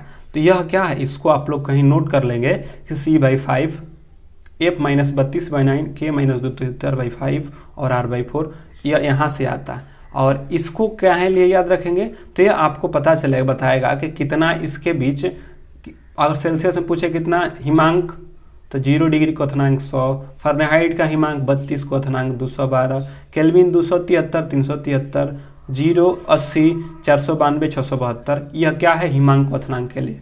और नीचे वाला जो याद रख सकते हैं 100, 180 घटाने के बाद वह पैमाना पूछता है, उसके लिए आप याद रख सकते हैं। तो आपको कहे कि केल्विन, सेल्सियस को केल्विन में बदलने के लिए 273 जोड़ना पड़ेगा, और जबकि केल्विन को सेल्सियस में बदलने के लिए 273 को घटाना पड़ता है। अगले क्वेश्चन की ओर आते हैं, 9वां नंबर क्वेश्चन कि कैल्शियम ऑक्साइड के द्रव्यमान में Ca और O का अनुपात क्या होगा। आपको बताना है कि जब कैल्शियम ऑक्साइड होता है तो इसमें कितना होता है। कैल्शियम ऑक्साइड में Ca और ऑक्सीजन का, मतलब कैल्शियम और ऑक्सीजन का अनुपात कितना होता है, इसका आंसर कीजिए। इसका क्या कीजिए, आंसर कीजिए। चलिए आंसर कीजिए। तो देखिए आंसर की तो अगर बात कहा जाए तो कैल्शियम ऑक्साइड में अगर द्रव्यमान पूछ रहा है द्रव्यमान के अनुसार, तो इसमें एक है कैल्शियम और एक क्या है ऑक्सीजन। ठीक है, कैल्शियम की अगर परमाणु भार की बात कहा जाए तो 40, और ऑक्सीजन की अगर परमाणु भार की बात कहा जाए तो होता है 16। परमाणु क्रमांक 20 और इसका क्या होता है 8 होता है, लेकिन परमाणु भार 40 और 16, और यहाँ द्रव्यमान है तो इसको लेंगे और इसको क्या करेंगे काट देंगे, तो 8 5 40 और 8 दूना के 16, यानी कि 5:2, यानी कि 5:2 यानी 5:2 इसका क्या होगा राइट आंसर होगा। अगला देखते हैं, अगले क्वेश्चन की ओर बढ़ते हैं। 10 नंबर क्वेश्चन कि निम्न में से किस तत्व का प्रतीक 2 अक्षर शामिल किए गए हैं। आपको बताना है कि निम्न में से कौन सा तत्व है जिसका प्रतीक अक्षर जो है 2 अक्षरों का है। कार्बन का, आयोडीन का, फ्लोरीन का या लोहा का। बताना है कि किसका है।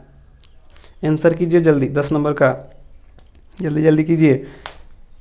किसका 2 अक्षर का शामिल होगा, प्रतीक 2 अक्षर का होगा, आयोडीन का, कार्बन का, फ्लोरीन का या लोहा का। तो चलिए देखते हैं इसका क्या होगा। अगर कार्बन का प्रतीक चिन्ह कहा जाए तो C, आयोडीन का I और फ्लोरीन का F और लोहा का F ही होता है। तो बताइए कि कौन सा 2 अक्षर मिला, लोहा, तो लोहा का क्या कहेंगे कि 2 अक्षर का होता है।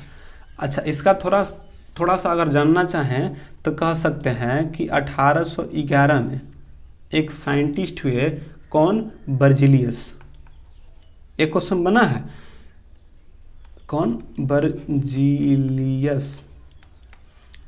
एक साइंटिस्ट बर्जिलियस हुए और बर्जिलियस ने कहा कि तत्वों का जो संकेत अक्षर हो, तो तत्वों का जो संकेत अक्षर हो वह 1 या 2 अक्षर का हो, 2 अक्षर का हो।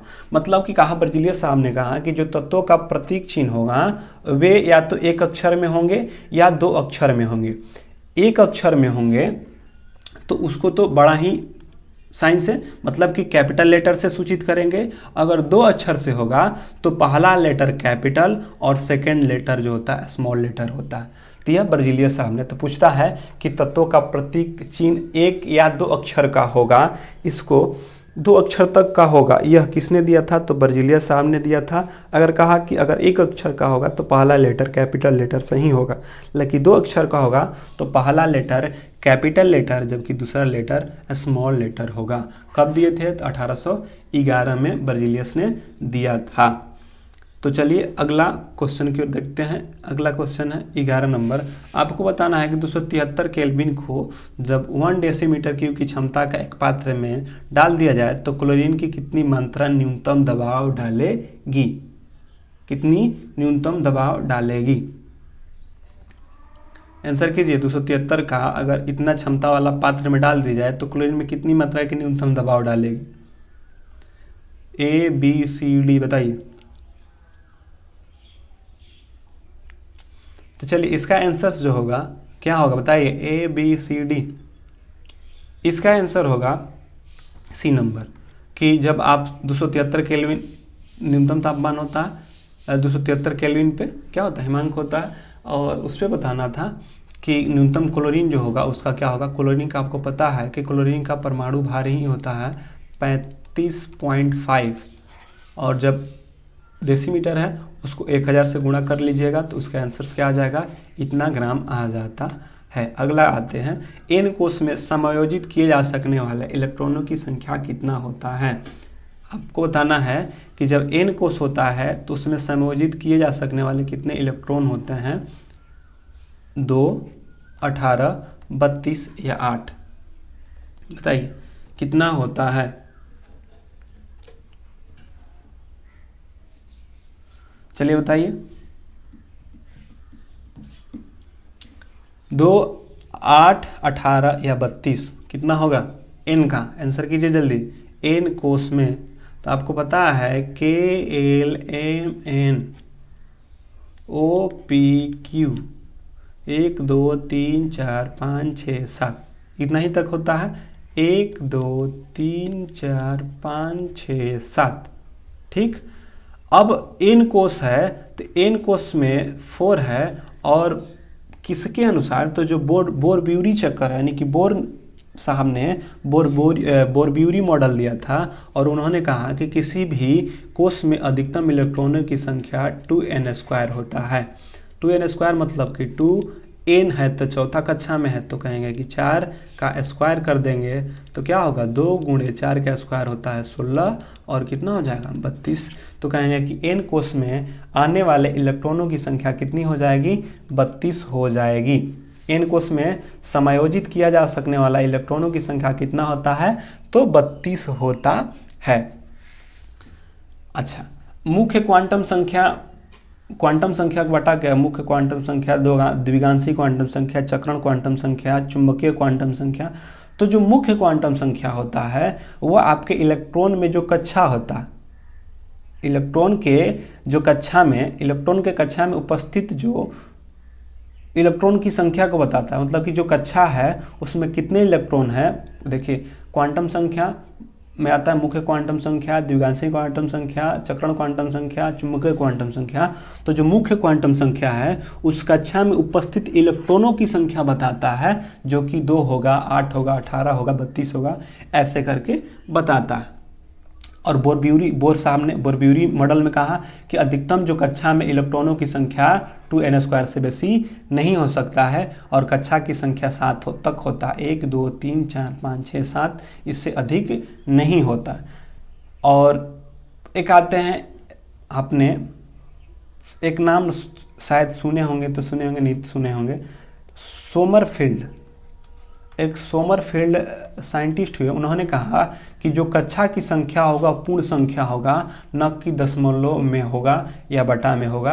तो कक्षा की संख्या पूछता है कि सोमरफेल्ड के अनुसार n का मान जो होता है पूर्ण होना चाहिए, यानी पूर्ण संख्या में होना चाहिए, 1 2 3 4 5 में होना चाहिए, न कि 1.2 1.3 ऐसे करके नहीं होना चाहिए, पूर्ण में होना चाहिए। तो पूछेगा कि किसके अनुसार जो n की संख्या है पूर्ण संख्या में होना चाहिए, तो सोमरफेल्ड के अनुसार। किसके अनुसार अधिकतम इलेक्ट्रॉनों की संख्या 2n² होता है, तो बोर-ब्यूरी के अनुसार। और इलेक्ट्रॉनों की संख्या पूछी कि कौन सा क्वांटम संख्या है जो कि इलेक्ट्रॉनों की संख्या को बताता है, तो मुख्य क्वांटम संख्या जो होता है वे इलेक्ट्रॉनों के संख्या को बताता है। और क्योंकि क्वांटम संख्या में होता है मुख्य क्वांटम, द्विगांशी क्वांटम, चक्रण क्वांटम और चुंबकीय क्वांटम, तो जो मुख्य क्वांटम होता है वे इलेक्ट्रॉनों की संख्या को बताता है। तो n कोष में n कितना था, 4 था, 4 रख के सॉल्व किए, इसका आंसर क्या आ गया, 32 हो जाएगा। तो इसका राइट आंसर 32 होगा, बी नंबर। अगला आता है 13 नंबर क्वेश्चन। 13 नंबर क्वेश्चन को बनाइए। 13 नंबर क्वेश्चन है कि पोटेशियम का परमाणु संख्या 19 है और द्रव्यमान 39 है, तो न्यूट्रॉन की संख्या क्या होगी। आपको बताना है कि न्यूट्रॉन की संख्या क्या निकल के आएगा जब पोटेशियम की परमाणु संख्या 19 हो और द्रव्यमान क्या हो, 39 हो। तो देखिए, परमाणु क्रमांक को हम Z से सूचित करते हैं और परमाणु क्रमांक नाभिक में उपस्थित प्रोटॉन की संख्या को बताता है। परमाणु क्रमांक नाभिक में उपस्थित प्रोटॉन की संख्या को ही परमाणु क्रमांक बताता है कि नाभिक में कितने प्रोटॉन संख्या उपस्थित हैं, वही आपका क्या है, परमाणु क्रमांक है। और आपको पता है कि नाभिक में जितना प्रोटॉन होता है उतना भी क्या होता है, इलेक्ट्रॉन होता है। इसीलिए कभी कभी कहता है कि इलेक्ट्रॉन की संख्या के बराबर भी परमाणु संख्या होता है। तो कभी कभी पूछता है कि Z को किससे सूचित करते हैं, तो यह है परमाणु क्रमांक, यानी कि एटॉमिक नंबर। जबकि ये जो होता है इसको कहते हैं परमाणु भार, यानी एटॉमिक मास, परमाणु भार। अब रहा बात कि परमाणु भार बराबर होता क्या है। परमाणु क्रमांक तो पता चल गया कि परमाणु कार्य क्या है, क्रमांक क्या है, तो नाभिक में उपस्थित प्रोटॉन की संख्या को ही हम परमाणु क्रमांक कहते हैं। और प्रोटॉन की संख्या इलेक्ट्रॉन की संख्या के बराबर होता है, इसलिए कह सकते हैं कि इलेक्ट्रॉन की संख्या के बराबर भी हम क्या कह सकते हैं कि उसका होता है क्रमांक। लेकिन परमाणु भार जो होता है, ए बराबर जो होता है, परमाणु भार कहता है कि नाभिक में उपस्थित प्रोटॉन और न्यूट्रॉन की संख्या, प्रोटॉन और न्यूट्रॉन की संख्या को ही हम क्या कहते हैं, परमाणु भार कहते हैं। अच्छा, जब प्रोटॉन प्लस न्यूट्रॉन की संख्या को परमाणु भार कहते हैं और Z बराबर P बराबर E है, तो क्या हम A की जगह A को ऐसे ही छोड़ सकते हैं और P के जगह पर या तो P लिख सकते हैं या E लिख सकते हैं या Z लिख सकते हैं। इनके साथ N को क्या कर सकते हैं, जोड़ सकते हैं और उसके बाद निकाल सकते हैं। कहेंगे कि P प्लस N तब पर भी द्रव्यमान या E प्लस N तब पर भी द्रव्यमान, या परमाणु क्रमांक संख्या और न्यूट्रॉन की संख्या को जोड़ दिया जाए तब पर भी परमाणु द्रव्यमान निकल जाएगा। अब आते हैं क्वेश्चन की ओर। क्वेश्चन क्या है, आपको दिया है परमाणु संख्या। परमाणु संख्या सर का है तो मतलब कि Z ना, Z का मान क्या 19 दिया है। Z मतलब कि Z बराबर P बराबर E, मतलब प्रोटॉन की संख्या और इलेक्ट्रॉन की संख्या सब क्या होता है, बराबर होता है। तो इतना बराबर कितना दे दिया 19, और द्रव्यमान मतलब कि A न दे दिया है, A दे दिया कितना 39, और आपसे पूछा कि न्यूट्रॉन की संख्या, तो आपको पता है कि A बराबर होता है P कहिए या Z कहिए या E कहिए, इसके साथ अगर न्यूट्रॉन को जोड़ दे तो वही मेरा क्या है, परमाणु द्रव्यमान है। और यहाँ पे क्या दिया हुआ आपको 19 दिया है प्रोटॉन की संख्या और दिया 39, तो इधर है 39, इधर है 19, में से इन न्यूट्रॉन को घटाना है, तो घटाइए P प्लस N ना, तो P प्लस N है और यह प्लस जाएगा तो इधर क्या हो जाएगा माइनस, तो 39 में से 19 घटा दीजिए तो 0, यह क्या हो जाएगा 2, तो न्यूट्रॉन की संख्या कितनी निकल के चली आएगी 20 चला आता है, इसलिए इसका राइट आंसर क्या होगा 20 होगा। तो अगले क्वेश्चन की ओर बढ़ते हैं। 14 नंबर क्वेश्चन कि आयनिक यौगिक में आयन्स एक दूसरे से जुड़े होते हैं किसके द्वारा। जो आयनिक यौगिक होता है उसमें आयन एक दूसरे को आकर्षित करते हैं और मजबूती के द्वारा जुड़े होते हैं, वैद्युत स्थैतिक बल के कारण, चुंबकीय बल के कारण, गुरुत्वाकर्षण बल के कारण या विद्युत बल के कारण। तो 14 का आंसर कीजिए क्या होगा। आयनिक यौगिक में आयन एक दूसरे से को आकर्षित करते हैं मजबूती के साथ, विद्युत स्थैतिक बल के कारण, चुंबकीय बल के कारण, गुरुत्वाकर्षण बल के कारण या विद्युत चुंबकीय बल के कारण। ABCD। तो अगर 14 नंबर की बात कहा जाए तो 14 नंबर का आंसर क्या होगा, A होगा। विद्युत स्थैतिक बल के कारण क्या होते हैं, जुड़े होते हैं। आयनिक यौगिक में आयन्स जो होते हैं एक दूसरे से वैद्युत स्थैतिक बल के कारण जुड़े होते हैं।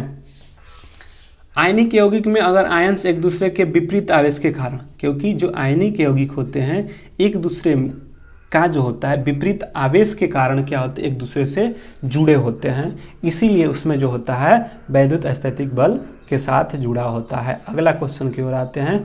उस वस्तु को चयन कीजिए जो निम्नलिखित समूह से संबंधित नहीं है। आपको बताना है कि आपको अलग इसमें से छांटना है, हीलियम, नियॉन, जेनॉन और जिंक में बताना है कि कौन सा अलग है, कौन सा अलग है। आंसर कीजिए जिंक, हीलियम, नियॉन या जीनॉन।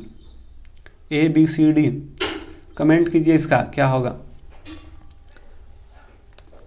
ABCD में आंसर कीजिए जिंक, हीलियम, नियॉन या जेनॉन। तो अगर आपसे बात कहा जाए कि चारों में अंतर अगर देखी जाए तो चारों में समानता देख रहे हैं कि हीलियम क्या, helium, neon, xenon, helium, neon, argon, krypton, xenon, radon, ये सारे के सारे क्या हैं, तो अक्रिय गैस हैं। जबकि जिंक की अगर बात कहा जाए तो यह D ब्लॉक का तत्व है, जबकि यह तीनों के तीनों P ब्लॉक के तत्व हैं। नियॉन, हीलियम, जीनॉन यह P ब्लॉक के तत्व हैं और यह क्या है D ब्लॉक के तत्व है। जिंक क्या है, D ब्लॉक के तत्व हैं और यह D ब्लॉक के तत्व हैं। अब यह क्या है, सारे के सारे अक्रिय गैस हैं, जबकि यह क्या है, अक्रिय गैस नहीं है। Helium, neon, argon, krypton, xenon, radon ये सारे के सारे क्या अक्रिय गैस हैं, जबकि यह अक्रिय गैस नहीं है, इसलिए इससे संबंधित नहीं है, तो जिंक इससे संबंधित नहीं है। अगला आता है 16 नंबर क्वेश्चन कि X एक ऑक्साइड का निर्माण करता है जिसका सूत्र X2O3 है। ठीक है, आपको बताना है कि X क्या है, एक तत्व है, तत्व X है जो ऑक्साइड का निर्माण करता है। तो वह H2O3 X तत्वों के आवर्त सारणी में किसके भांति समूह होने की संभावना अधिक है। मतलब कि जब H2O3 बनाएगा, ऑक्साइड बनाएगा, तो किसका संभावना अधिक होता है बनाने का, सोडियम का, एल्युमिनियम का, सिलिकॉन का या मैग्नीशियम का होता है। बताइए, आंसर कीजिए। सोडियम, एल्युमिनियम, सिलिकॉन या मैग्नीशियम। चलिए भाई, लाइक करो, शेयर भी कीजिए इसको। चलिए देखते हैं कि ऑक्साइड का निर्माण जिसका H2O3 X तत्वों के आवर्त सारणी के भांति समान समूह में होने की संभावना अधिक है, तो वह है एल्युमिनियम का। क्योंकि आपको पता है कि एल्युमिनियम का कई आपको सूत्र Al2O3 देखने को मिलता है। और अगर क्लियर होना चाहें तो सोडियम का होता है Na का होता है 11 एटॉमिक नंबर्स। सिलिकॉन का बताइए, सिलिकॉन का क्या होता है, सिलिकॉन का और मैग्नीशियम का। तो सोडियम, मैग्नीशियम और इसका अगर निकालिएगा तो संयोजकता नहीं, जबकि एल्युमिनियम का होता है 13 में अगर 3 निकल के आता है और 3 से 3 मिला सकते हैं, और Al2O3 सूत्र भी होता है, तो हम अगर यहाँ पे Al खाली लिख दें तो Al2O3 हो जाएगा। Al2O3 होता है तो धातु ऑक्साइड बनाते हैं, तो Al2O3, तो इसका राइट आंसर क्या होगा, एल्युमिनियम होगा। अगला होगा कौन सा विकल्प हाइड्रोजन परमाणु के सही अवरोही क्रम को दर्शाता है। मतलब कि अवरोही एक होता आरोही, आरोही और अवरोही, आरोही और अवरोही क्रम को दर्शाता है। तो बताइए, alkane, alkyne, alkene, alkane, alkane, alkyne, alkene, alkene, alkyne, alkane बताना है। हाइड्रोजन के परमाणुओं का सही क्रम, मतलब कि किसमें हाइड्रोजन परमाणु, बस आपको पता चलना चाहिए किसमें हाइड्रोजन की संख्या अधिक होगी और किसमें कम होगी। और उसके बाद आपको ये भी आना चाहिए कि आरोही क्रम आ रहा है, अवरोही क्रम आ रहा है या नहीं, आरोही क्रम आ रहा है या नहीं, बताइए। अवरोही क्रम का मतलब होता है ना कि बड़ से छोट की ओर जाना होता है, बड़ से छोट की ओर जाना होता है। ये तो क्लियर हो गया। मतलब कि सबसे अधिक हाइड्रोजन जिसमें होगा उसको पहले रखेंगे और जिसमें सबसे कम होगा उसको बाद में रखेंगे। तो देखिए, अगर इसका बात कहा जाए तो एल्केन का सूत्र आपको पता होना चाहिए कि एल्केन का समूह का, क्योंकि 3 हो, एल्केन, एल्कीन, एल्काइन, तो एल्केन श्रेणी का सूत्र होता है CnH2n+2, यह होता है एल्केन का। CnH2n एल्केन, एल्कीन का, ये हुआ एल्केन का, और यह क्या हुआ, एल्कीन का। और CnH2n-2 ये होता है एल्काइन का। तो देखिए, हाइड्रोजन की संख्या किसमें भी दिखाई दे रहा, इसमें अगर 1 भी रखते हैं तो 2 कितना हो जाएगा, 4, इसमें रखिएगा तो 2, और इसमें क्या रखिएगा, 2 में से 2 घट जाएगा 0। मतलब इसमें 4 आ रहा है, इसमें 2 आ रहा है और इसमें 0 आ रहा है हाइड्रोजन की संख्या। तो किसमें हाइड्रोजन की संख्या सबसे अधिक दिखाई दे रहा है, तो एल्केन में अधिक, उसके बाद एल्कीन में, और उसके बाद क्या होता है एल्काइन में। तो उसी क्रम में सजा दीजिए, क्योंकि अवरोही है मतलब बड़ सबसे, तो पहले होगा एल्केन। तो देखिए, एल्केन, एल्कीन और एल्काइन, तो इसका राइट आंसर क्या होगा, एल्केन में 4, इसमें 2 और इसमें 1 हो रहा है, तो कहेंगे कि एल्केन में सबसे अधिक हाइड्रोजन होता है, उसके बाद एल्कीन में, और उसके बाद क्या होता है एल्काइन में। इसलिए इसका राइट आंसर क्या होगा, 17 नंबर हो जाएगा। अगला आता है 18 नंबर कि मनुष्य में एक संयोजी उत्तक का उदाहरण है, इसको पहचानिए कि कौन सा एक संयोजी उत्तक का उदाहरण है।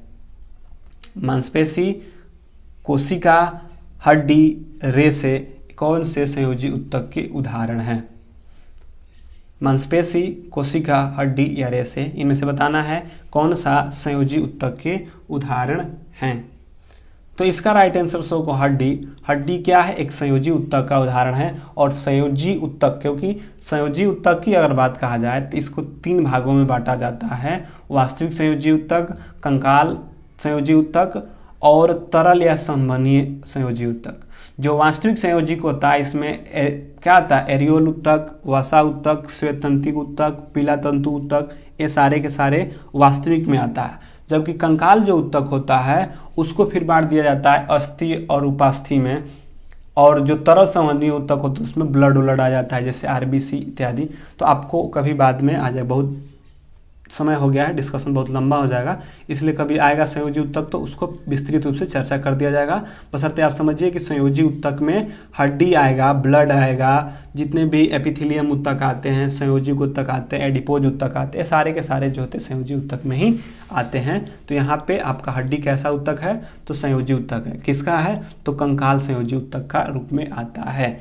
अब बताना है कि जो मानव के अनिषेचित अंड में, जो मानव होता है अनिषेचित अंड में क्या होता है? एक्स क्रोमोसोम,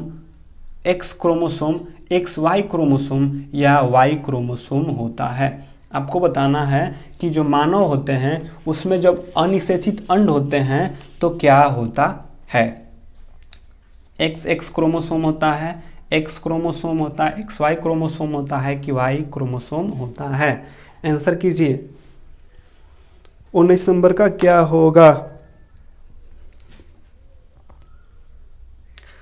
तो चलिए देखते हैं। अगर आंसर की बात कहा जाए तो 19 नंबर का एक्स क्रोमोसोम होगा। मानव में जो अनिषेचित अंड होते हैं उसमें एक्स क्रोमोसोम होता है। अच्छा, क्यों एक्स क्रोमोसोम होता है इसको थोड़ा सा चर्चा कर लेते हैं, क्यों होता है। देखिए, अगर मानव की अगर बात कहा जाए, क्या कहा जाए? मानव की अगर बात कहा जाए तो मानव में 23 जोड़ी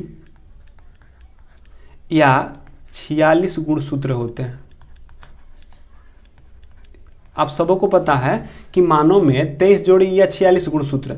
अब इस मानव में, मानव कहने का मतलब आप इसमें क्या आएगा कि मेल भी आ जाएंगी और फीमेल भी आ जाएंगी, मेल भी और आ जाएंगी और फीमेल भी आ जाती हैं। मतलब कि मेल में भी 23 जोड़ी होता है और फीमेल में भी 23 जोड़ी, मतलब 46 होता है। अब इस 23 जोड़ी में से जो होता है 22 जोड़ी तो दोनों में समान होता है। मतलब कि 22 जोड़ी अगर बात कहा जाए, अगर 22 जोड़ी की अगर बात कहा जाए तो एक यहाँ पे मेल जो होता है और एक यहाँ पे फीमेल होती हैं। इनमें ऑटोक्रोमोसोम होता है 22, इसमें भी 22 जोड़ी होता है। 22 जोड़ी जैसा मेल में होता है वैसा ही क्या होता है? फीमेल में होता है। अब जो 23वां जोड़ी होता है, 22 हुआ, एक जो जोड़ी बचता है वह मेल में जो होता है एक्स वाई के रूप में रहता है, जबकि महिला में एक्स के रूप में रहता है। किस रूप में रहता है? महिला में एक्स के रूप में, जबकि पुरुष में एक्स वाई के रूप में होता है।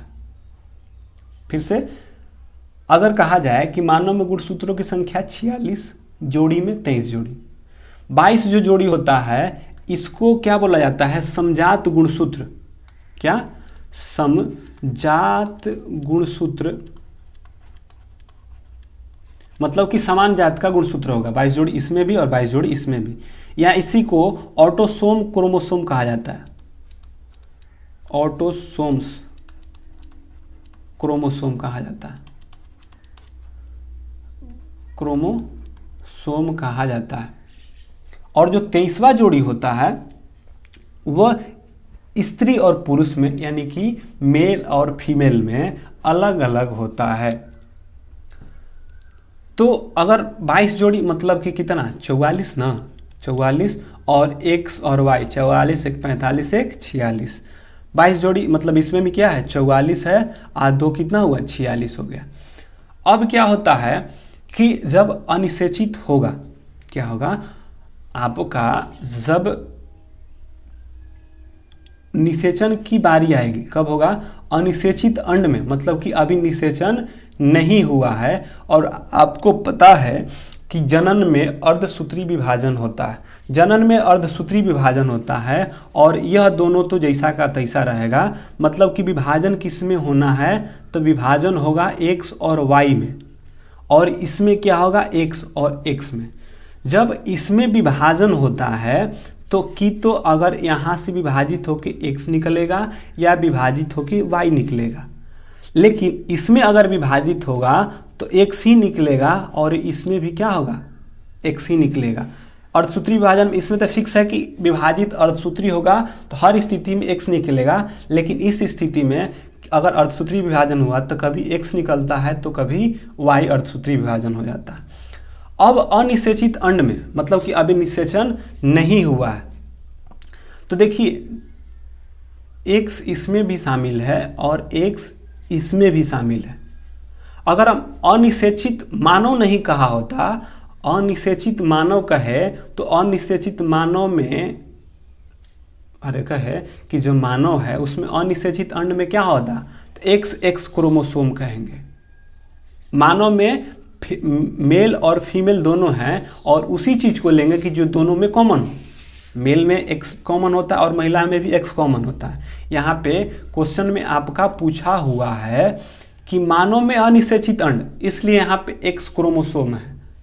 अगर मानव न देखे, यहाँ पे दे देता पुरुष का, दे देता और एक हो जाती महिला का, तो पुरुष के अनिषेचित अंड में, ठीक ना, पुरुष के अनिषेचित अंड जो होगा वहां पे या तो X हो जाता या तो Y हो जाता, लेकिन महिला के अनिषेचित अंड में सिर्फ X होता। लेकिन यहाँ पे मानव है और दोनों मानव में X क्या है, कॉमन है, और वहाँ पे मानववाद कहा है। और मानव में जब होगा मेल और फीमेल दोनों को मिला के बोलता है तो जो दोनों में कॉमन होगा उसी को लेंगे। इसीलिए कहा जाता है कि अनिषेचित मानव में X क्रोमोसोम होता है। अब जब निषेचन हो जाएगा, X इसका भी निकलेगा और X इसका भी निकलेगा, तो यह क्या होगी, लड़की होगी। और जब यह Y सिक्रेशंस करेगा, ये तो हमेशा X करता ही है, तो अगर X होगा और Y होगा तब यह क्या होगा, लड़का होता है, और यह क्या होती है, लड़की होती है। XX लड़की और XY लड़का होता है। तो यहाँ पे आपको आंसर X ही क्रोमोसोम क्यों दिया गया है, क्योंकि मानव है और मानव अनिषेचित अंड में दोनों में कॉमन जो होंगे तो X क्रोमोसोम ही होगा।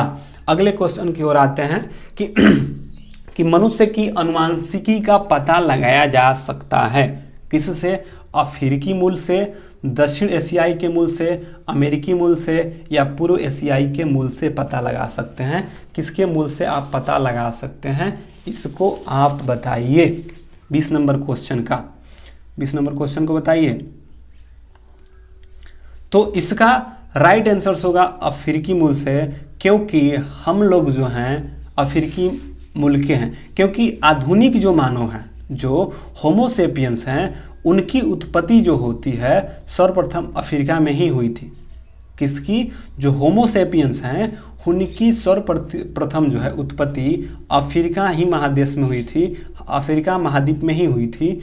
इसलिए उनकी अनुवांशिकी किससे पता लगाया जा सकता है, तो अफ्रीकी मूल से। इसलिए 20 का राइट आंसर ए हो जाएगा।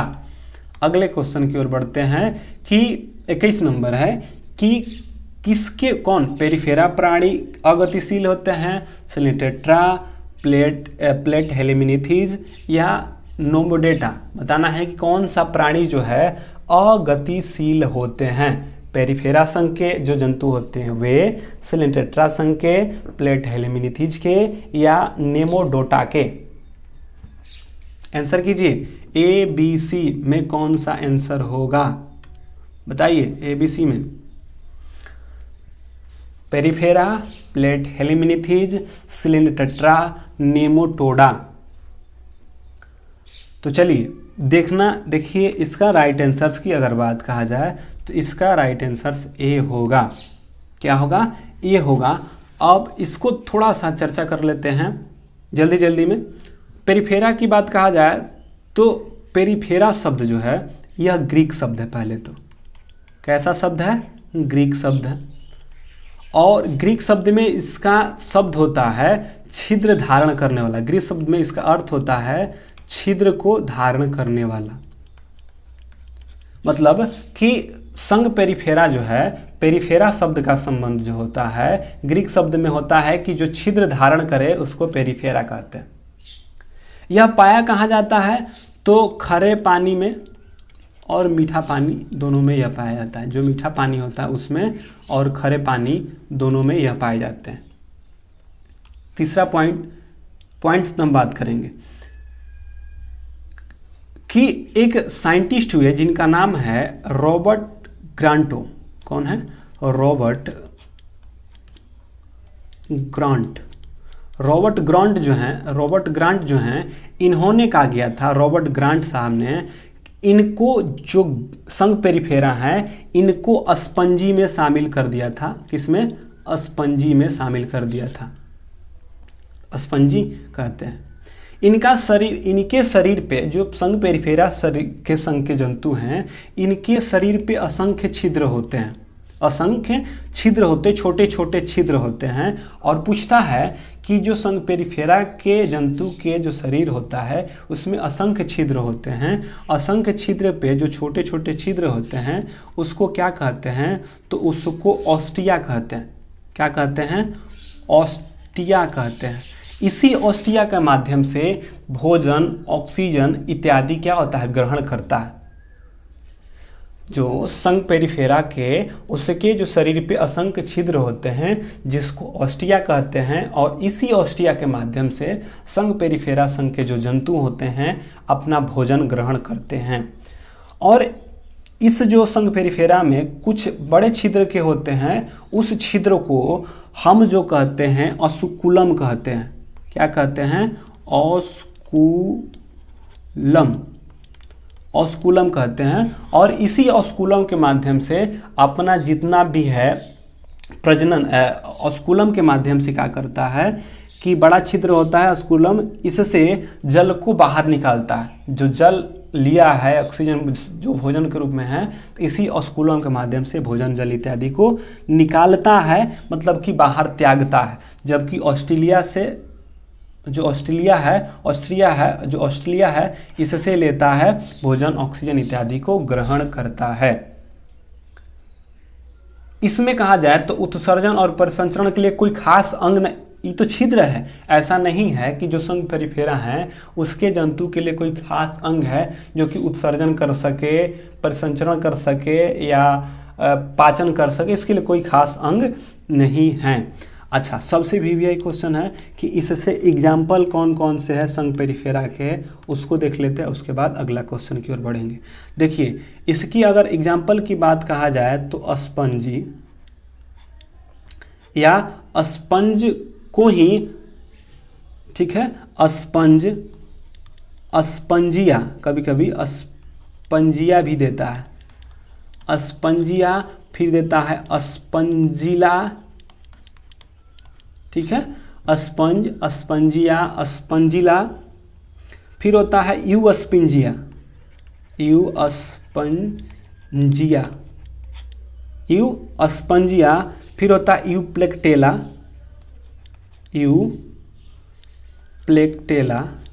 प्लेक्टेला, और फिर होता है हथोलोनेमा जो होता है। ये सारे के सारे जो हैं संघ पेरिफेरा संघ के हैं।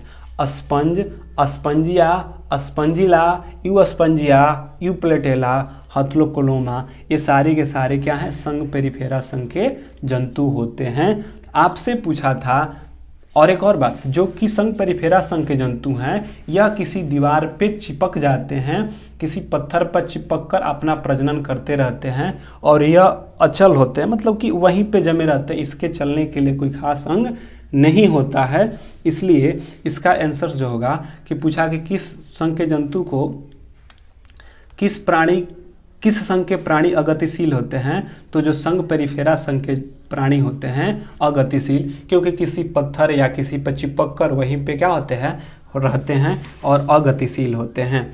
अगला आते हैं 22 नंबर क्वेश्चन की ओर। आपको बताना है कि मछली का हृदय कितने कक्ष का होता है?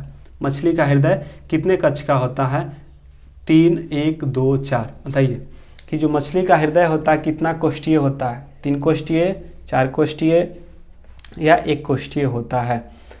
अगर मछली की बात कहा जाए तो मछली मत्स्य वर्ग में है, और मत्स्य वर्ग की बात कहा जाए तो मत्स्य वर्ग में होता है 2 हुआ तो मत्स्य वर्ग में मछली है, तो इसका राइट आंसर 2 हो जाएगा। 3 किस्में होता है और 4 किस्में होता है। 4 की अगर बात कहा जाए तो पक्षी वर्ग को ही एविज वर्ग भी कहा जाता है। तो पक्षी वर्ग या एविज वर्ग, या इसी को इस स्तनधारी वर्ग में भी 4 होता है, जिसको कि मैमेलिया कहा जाता है। तो पक्षी, एविज, स्तनधारी या मैमेलिया। पक्षी हिंदी है, इंग्लिश है एविज, स्तनधारी हिंदी और मैमेलिया इंग्लिश। इसमें कितने होते हैं? 4 होते हैं। 3 किस्में होते हैं। अगर 3 की बात कहा जाए तो 3 होता है उभयचर में। किसमें? जो उभयचर प्राणी होते हैं उसमें कितना होता है? 3। उभयचर को ही एमीफीबिया भी कहा जाता है, एमीफीबिया भी कहा जाता है। तो एमीफीबिया, उभयचर, एमीफीबिया, और दोनों एक ही चीज़ है। उभयचर को ही एमीफीबिया कहा जाता है, जिसमें 3 होता है। फिर होता है सरीसृप। जो सरीसृप होते हैं उसमें भी 3। सरीसृप को इंग्लिश में रेप्टाइल कहा जाता है। तो सरीसृप को इंग्लिश में रेप्टाइल 3, उभयचर को एमीफीबिया इंग्लिश में, उसमें भी 3, और इन सब में क्या होता है? 4 होता है, और मत्स्य में 2 होता है। अच्छा, जिसमें 2 हृदय होंगे उसमें 1 कालिंद और 1 निलय होंगे, ठीक है, 1 कालिंद और 1 निलय। और जिसमें 4 होंगे 2 आलिंद 2 निलय, और जिसमें अगर 3 होंगे उसमें 2 आलिंद और 1 निलय होता है। अगर 3 जिसमें पाया गया, 3 किसमें? उभयचर और एमीफीबिया में, तो 3 में 2 गो आलिंद होता है और 1 ही क्या होता है? निलय होता है। तो ये सारे क्वेश्चन बनते हैं। तो मछली मत्स्य वर्ग है इसलिए 2 होगा, 2 में 1 आलिंद 1 निलय। 3 किसमें होता है? उभयचर या एमीफीबिया, सरीसृप या रेप्टाइल 3 होता है। 4 किसमें होता है? पक्षी में, एविज में, या स्तनधारी या मैमेलिया में होता है। अगले क्वेश्चन की ओर बढ़ते हैं। 23 नंबर क्वेश्चन है, उस विकल्प को चुने जो संवहनीय तंत्र के संदर्भ में सत्य नहीं है, मतलब कि संवहनीय ऊतक के संबंध में नहीं है। तो कहा लाल रक्त संवहनीय संयोजी ऊतक है। आरबीसी का जीवन काल 115 से 20 के लगभग बीच में होता है, 6 से 8 लीटर होता है, और यह वजन का 1.7 से 1.8 के बीच में होता है। बताइए इसका राइट आंसर क्या होगा? 23 का क्या होगा? आंसर कीजिए। 23 नंबर का क्या होगा? आंसर कीजिए। तो 23 की अगर बात कहा जाए तो 23 नंबर की राइट आंसर क्या होगा? तो 23 का राइट आंसर होगा डी नंबर, संवहनीय। क्योंकि संवहनीय तंत्र में लाल रक्त, क्योंकि आरबीसी संवहनीय है और संयोजी, क्योंकि रक्त संयोजी ऊतक है और संवहनीय ऊतक। दम बात ही तो सही है, और आपको सत्य नहीं बताना है, गलत बताना था। तो आरबीसी का जीवन काल 120 दिन, क्योंकि 20 से 120 दिन, तो कहीं कहीं 115 से 20 दिन के बीच में देगा, तो ये भी बात क्या है? सत्य है। वयस्क मानव में 6 से 8 लीटर होता है, ये भी बात सही है। लेकिन यह शरीर के वजन का 1.7 या 8 नहीं होता है, यह शरीर का लगभग 7 से 8% के भाग के बराबर होता है, और यह शरीर का लगभग 1/3 भाग को घेरे हुए होता है। तो इसका राइट आंसर क्या हो जाएगा? डी, जो कि गलत है। 3 बाकी सही हैं और गलत ही पूछना था, इसलिए इसका राइट आंसर 23 हो जाएगा। 24 नंबर, HIV का फुल रूप क्या है? HIV जो एड्स के दौरान होता है, HIV का फुल रूप क्या होता है?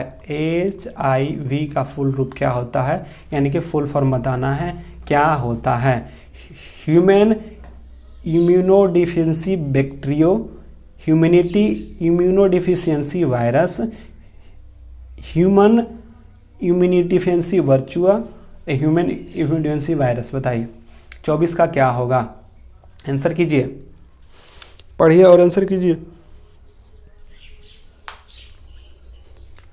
अगर 24 के आंसर की बात कहा जाए तो 24 का आंसर क्या होगा? डी नंबर होगा, क्योंकि ह्यूमन इम्यूनोडिफिशियंसी वायरस होता है, और जो HIV होता है एड्स से होता है, और एड्स क्या होता है तो एक रेट्रो वायरस होते हैं, और यह आपकी जो प्रतिरक्षा तंत्र प्रणाली है, जो आपकी इम्यूनिटी सिस्टम है, उसको ही क्या करते हैं, डैमेज कर देते हैं। तो HIV का फुल रूप होता है ह्यूमन इम्यूनोडिफिशियंसी वायरस। तो फुल रूप इम्यूनोडिफिशियंसी वायरस HIV एड्स से होता है। एड्स में आपका प्रतिरक्षा तंत्र प्रणाली जो होता है वे क्या हो जाता है, नष्ट हो जाता है। 25 नंबर क्वेश्चन इस सेशंस का लास्ट क्वेश्चन है कि कौन रंध्र बंद होने पर पत्तियों को गिरने में मदद करता है। कौन रंध्र को बंद होने पर पत्ती को गिरने में मदद करता है। एबिसिसिक अम्ल, जिबरेलिन्स, ऑक्सिन या साइटोकाइनिन।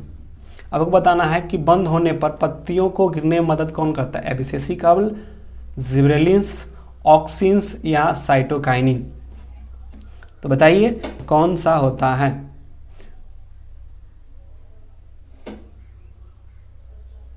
रंध्र बंद होने के बाद पत्तियों को गिराने में मदद कौन करता है। तो अगर पत्ती को गिरने में मदद कर, जितने भी नकारात्मक कार्य सारे के सारे एबिसिसिक एसिड के द्वारा किया जाता है। तो इसका राइट आंसर क्या होगा, एबिसिसिक एसिड हो जाएगा। आप लोगों के लिए एक रहेगा होमवर्क, जो कि आप लोग कमेंट बॉक्स में जाके कमेंट करेंगे। जब वीडियो लास्ट हो जाएगा तो आपके कमेंट बॉक्स में जाकर आपको टाइप करना है कि जिबरेलिन्स की खोज किसने किया था और कब किया था। जिबरेलिन्स क्वेश्चन क्या है, क्वेश्चन है आपको कमेंट में करना है कि जो जिबरेलिन्स है, जिबरेलिन्स की खोज किसने और कब किया था, और कब किया था, कब किया था। वीडियो जब लास्ट हो जाएगा आप लोगों को कमेंट बॉक्स में जाके टाइप करना है कि क्या होगा। तो आज क्वेश्चन हम लोग 25 क्वेश्चन को देखे, जो कि यह क्वेश्चन था। यह आज सेट नंबर क्या था, तो यह आज सेट नंबर 3 था। इससे पहले 2 सेट हो चुका है और यह क्या था, तीसरा सेट था। तो चलिए दोस्तों, आप लोगों को जुड़ने के लिए डी एजुकेशन से बहुत बहुत धन्यवाद। और फिर कल मिलेंगे कितने बजे, तो फिर रात्रि कल 9 बजे ही मिलेंगे।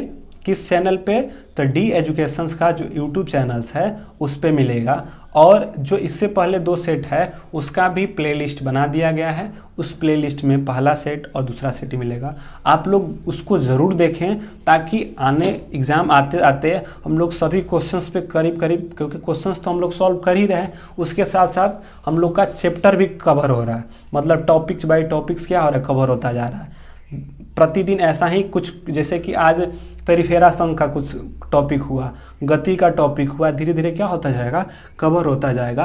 तो कोई जल्दी नहीं है, कोई छोटा वीडियो से हम लोग को मतलब नहीं है, हम लोगों को पढ़ने से मतलब है। ताकि क्योंकि अगर लंबा वीडियो बन भी जा रहा है तो आप लोगों को क्या करना है, पढ़ना है। क्योंकि पढ़िएगा तभी तो आंसर, क्योंकि 1 घंटा से अगर 1-1.5 घंटा का वीडियो बन जाएगा, उससे अगर बड़ा भी हो रहा है तो आप लोगों को तो पढ़ना। क्योंकि 2-1.5 घंटा से रात्रि 9 से यह पढ़ने के बाद कोई भी 9 से 10 बजे तक अधिकतर सो जाते हैं। तो इस वीडियो को देखकर ही सोए, ताकि 2 घंटा में हम लोगों को एक साइंस का कॉन्सेप्ट क्या हो जाए, क्लियर हो जाए।